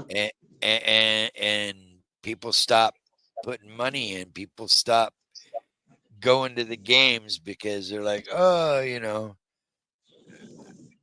well, they can't play consistent or coach, so we always lose the big game. Why bother? So there's that aspect. Yeah, but the reality aspect. I don't think that's ever going to be a problem at Ohio State, though. I mean, like it's such a big part of the culture of the state, this university's program. I mean, it's like people are always going to be invested. They were saying the same thing last night on the Miami show. How they were like, the sky has fallen in the fan base. You know, people were like, "Fire Mario!" It was just like retarded. No, yeah. Well, I mean, and I'm sure half of your fan base was doing that today too. Miami is a completely different culture. Like Michigan still sold games out during the Rich Rod and Brady Hoke era. Like they still were selling 120,000 tickets to their games. Yeah. Mm-hmm. I mean, it's a different culture up here than it is in South Florida for sure. You know, it's just it's a wild. Yeah. All right. Yep. Anything else for this week? I'm done. Yep. I am out of here. You gotta go lick your wounds. Yeah. Oh man. Oh, they have been thoroughly licked. Well, they may have infections from how much licking there's been. They're just like gross. Well, gangrene and Pentago. Here, come on. Well, Sean, you've been the man tonight, coming on, dealing with it. You know, especially from the Michigan guys, getting shit talked to you. Yeah, where'd Michigan man go to? Did he just come in to give me shit? Is that literally? I'm sure he pretty did. much. Yeah, pretty much. Yeah. That was all it was. That's why I left you guys alone for like 5 minutes to just have it out. You too, Tony. See you Wednesday. Well, then one by one, once again, Sean and Spaz, you haven't had a chance, but tell everyone where they can stalk you if they so choose to. Jackson's not here to drop your links, but go ahead and tell everyone. Okay, you can just find me on Twitter or Blue Sky. Just my name with the @ symbol. We find, and yeah, you can find me here every Sunday night, and I'm usually in a more joyous mood than I am tonight. Sorry if it was a little bit bitter. Wasn't as entertaining as normal, but you know what? I'm not a goddamn baby. You know, I love this game, win or lose, and I love this community through thick and thin. So I appreciate everyone for showing up tonight. You guys make every Sunday just a little bit brighter. You know, so. Yeah, I'm very happy. I'll see you guys next week, and yeah, hopefully we can run through this fucking clusterfuck of a playoff that we have. Yeah. It's going to be a lot of fun, isn't it? Oh my god. Yes. Yeah. Spaz, where can people find me? Fuck you. I mean, right there. other than the registries in the state of Oregon that we're all well aware. You can find me there at Sean_SpazDrag on Twitter. Find me at Rocky Classic on Instagram and TikTok. And here every Wednesday and Sunday for the Voice College football shows and post games, previews. Going forward from this week on, we are probably going to do pre and post game shows from the Big Ten title through the playoffs. We'll let you know more 100% confirming on that or not Wednesday night on the Oregon Voice of College Football with me and Ben Wednesday night. Oh, goddamn. Wrap that up nicely. Exactly. Hopefully a couple shows this week, pre and post game, and moving forward, same thing on the Oregon channel. Other than that, you can find me. I do have a question here. Yes. This Voice of College Football Network, I've seen like almost no Penn State fans. In like the 4 or 5 years, like I've been like involved in this, like Penn State fans don't come on the program. We did get one drop in trolling us last night in the chat, the post game, in our post game. Yeah, one dropped in. Wow. Yeah, Penn State's they get 105,000 people to the every weekend. None of them can come online. Is that? No, they can't. They've been banished from the internet for other incidences at their university. Yeah. Okay. Yeah. Obvious indiscretions. Need not be elaborated.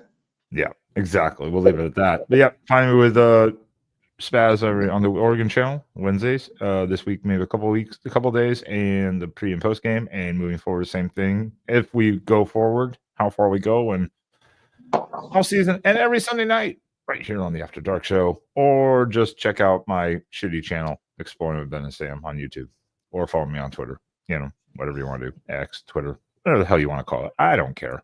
I do want to give a shout out though, real quickly. Dave Valinsky, Erica Goldberg, Adam Lamparello, Matt Ritson.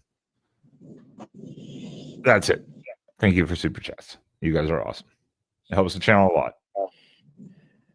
And hopefully we addressed your questions. And if we didn't, we at least gave an entertaining response. Yep. All right. A fun little snappy 3-hour recap of the weekend. Damn it. And a little preview too. And this is going to be a fun week. Championship week, baby. Oh God, the regular season's over. I'm sad now. Who's doing it this week? Well, I was gonna just pass it. I don't have a coin. I don't have a coin in front of me. Someone coin flip in the chat. Someone coin flip. Okay. Heads is Spaz, tails is Sean. Someone coin flip. I know someone has a coin somewhere. Yep. It's Sean because I got to go. I got a phone call to make. All right. Well, All right. fuck you. Fuck you too. So, Sean, say the magic words. Play me out, Pop-Tart. Goddamn right. There's 3 of them this year, you know, right? 3. There's 3 Pop-Tarts this year. Ooh. Strawberry. Wait. Is it strawberry, chocolate fudge, s'mores? I think it's s'mores, strawberry, and blueberry. I think. Okay. Yeah, I think. All right. Anyways, yeah. Here's your Pop-Tart. No, we always love tacking some fudge on this network. So. How dare you? How dare you? There's a Pop-Tart. Get him. Oh. Get him. Can you imagine 3-on-1 on this Oh, ref? Oh, man. I bet he's RSVP'd to ref this game again this year. Okay. He's selling out though. I mean, man, that Pop-Tart mascot. Oh yeah. Oh. Like that is one invested mascot right there. That is someone who looks like he enjoys what he's doing. That's why I want to see 3-on-1. Hell yeah.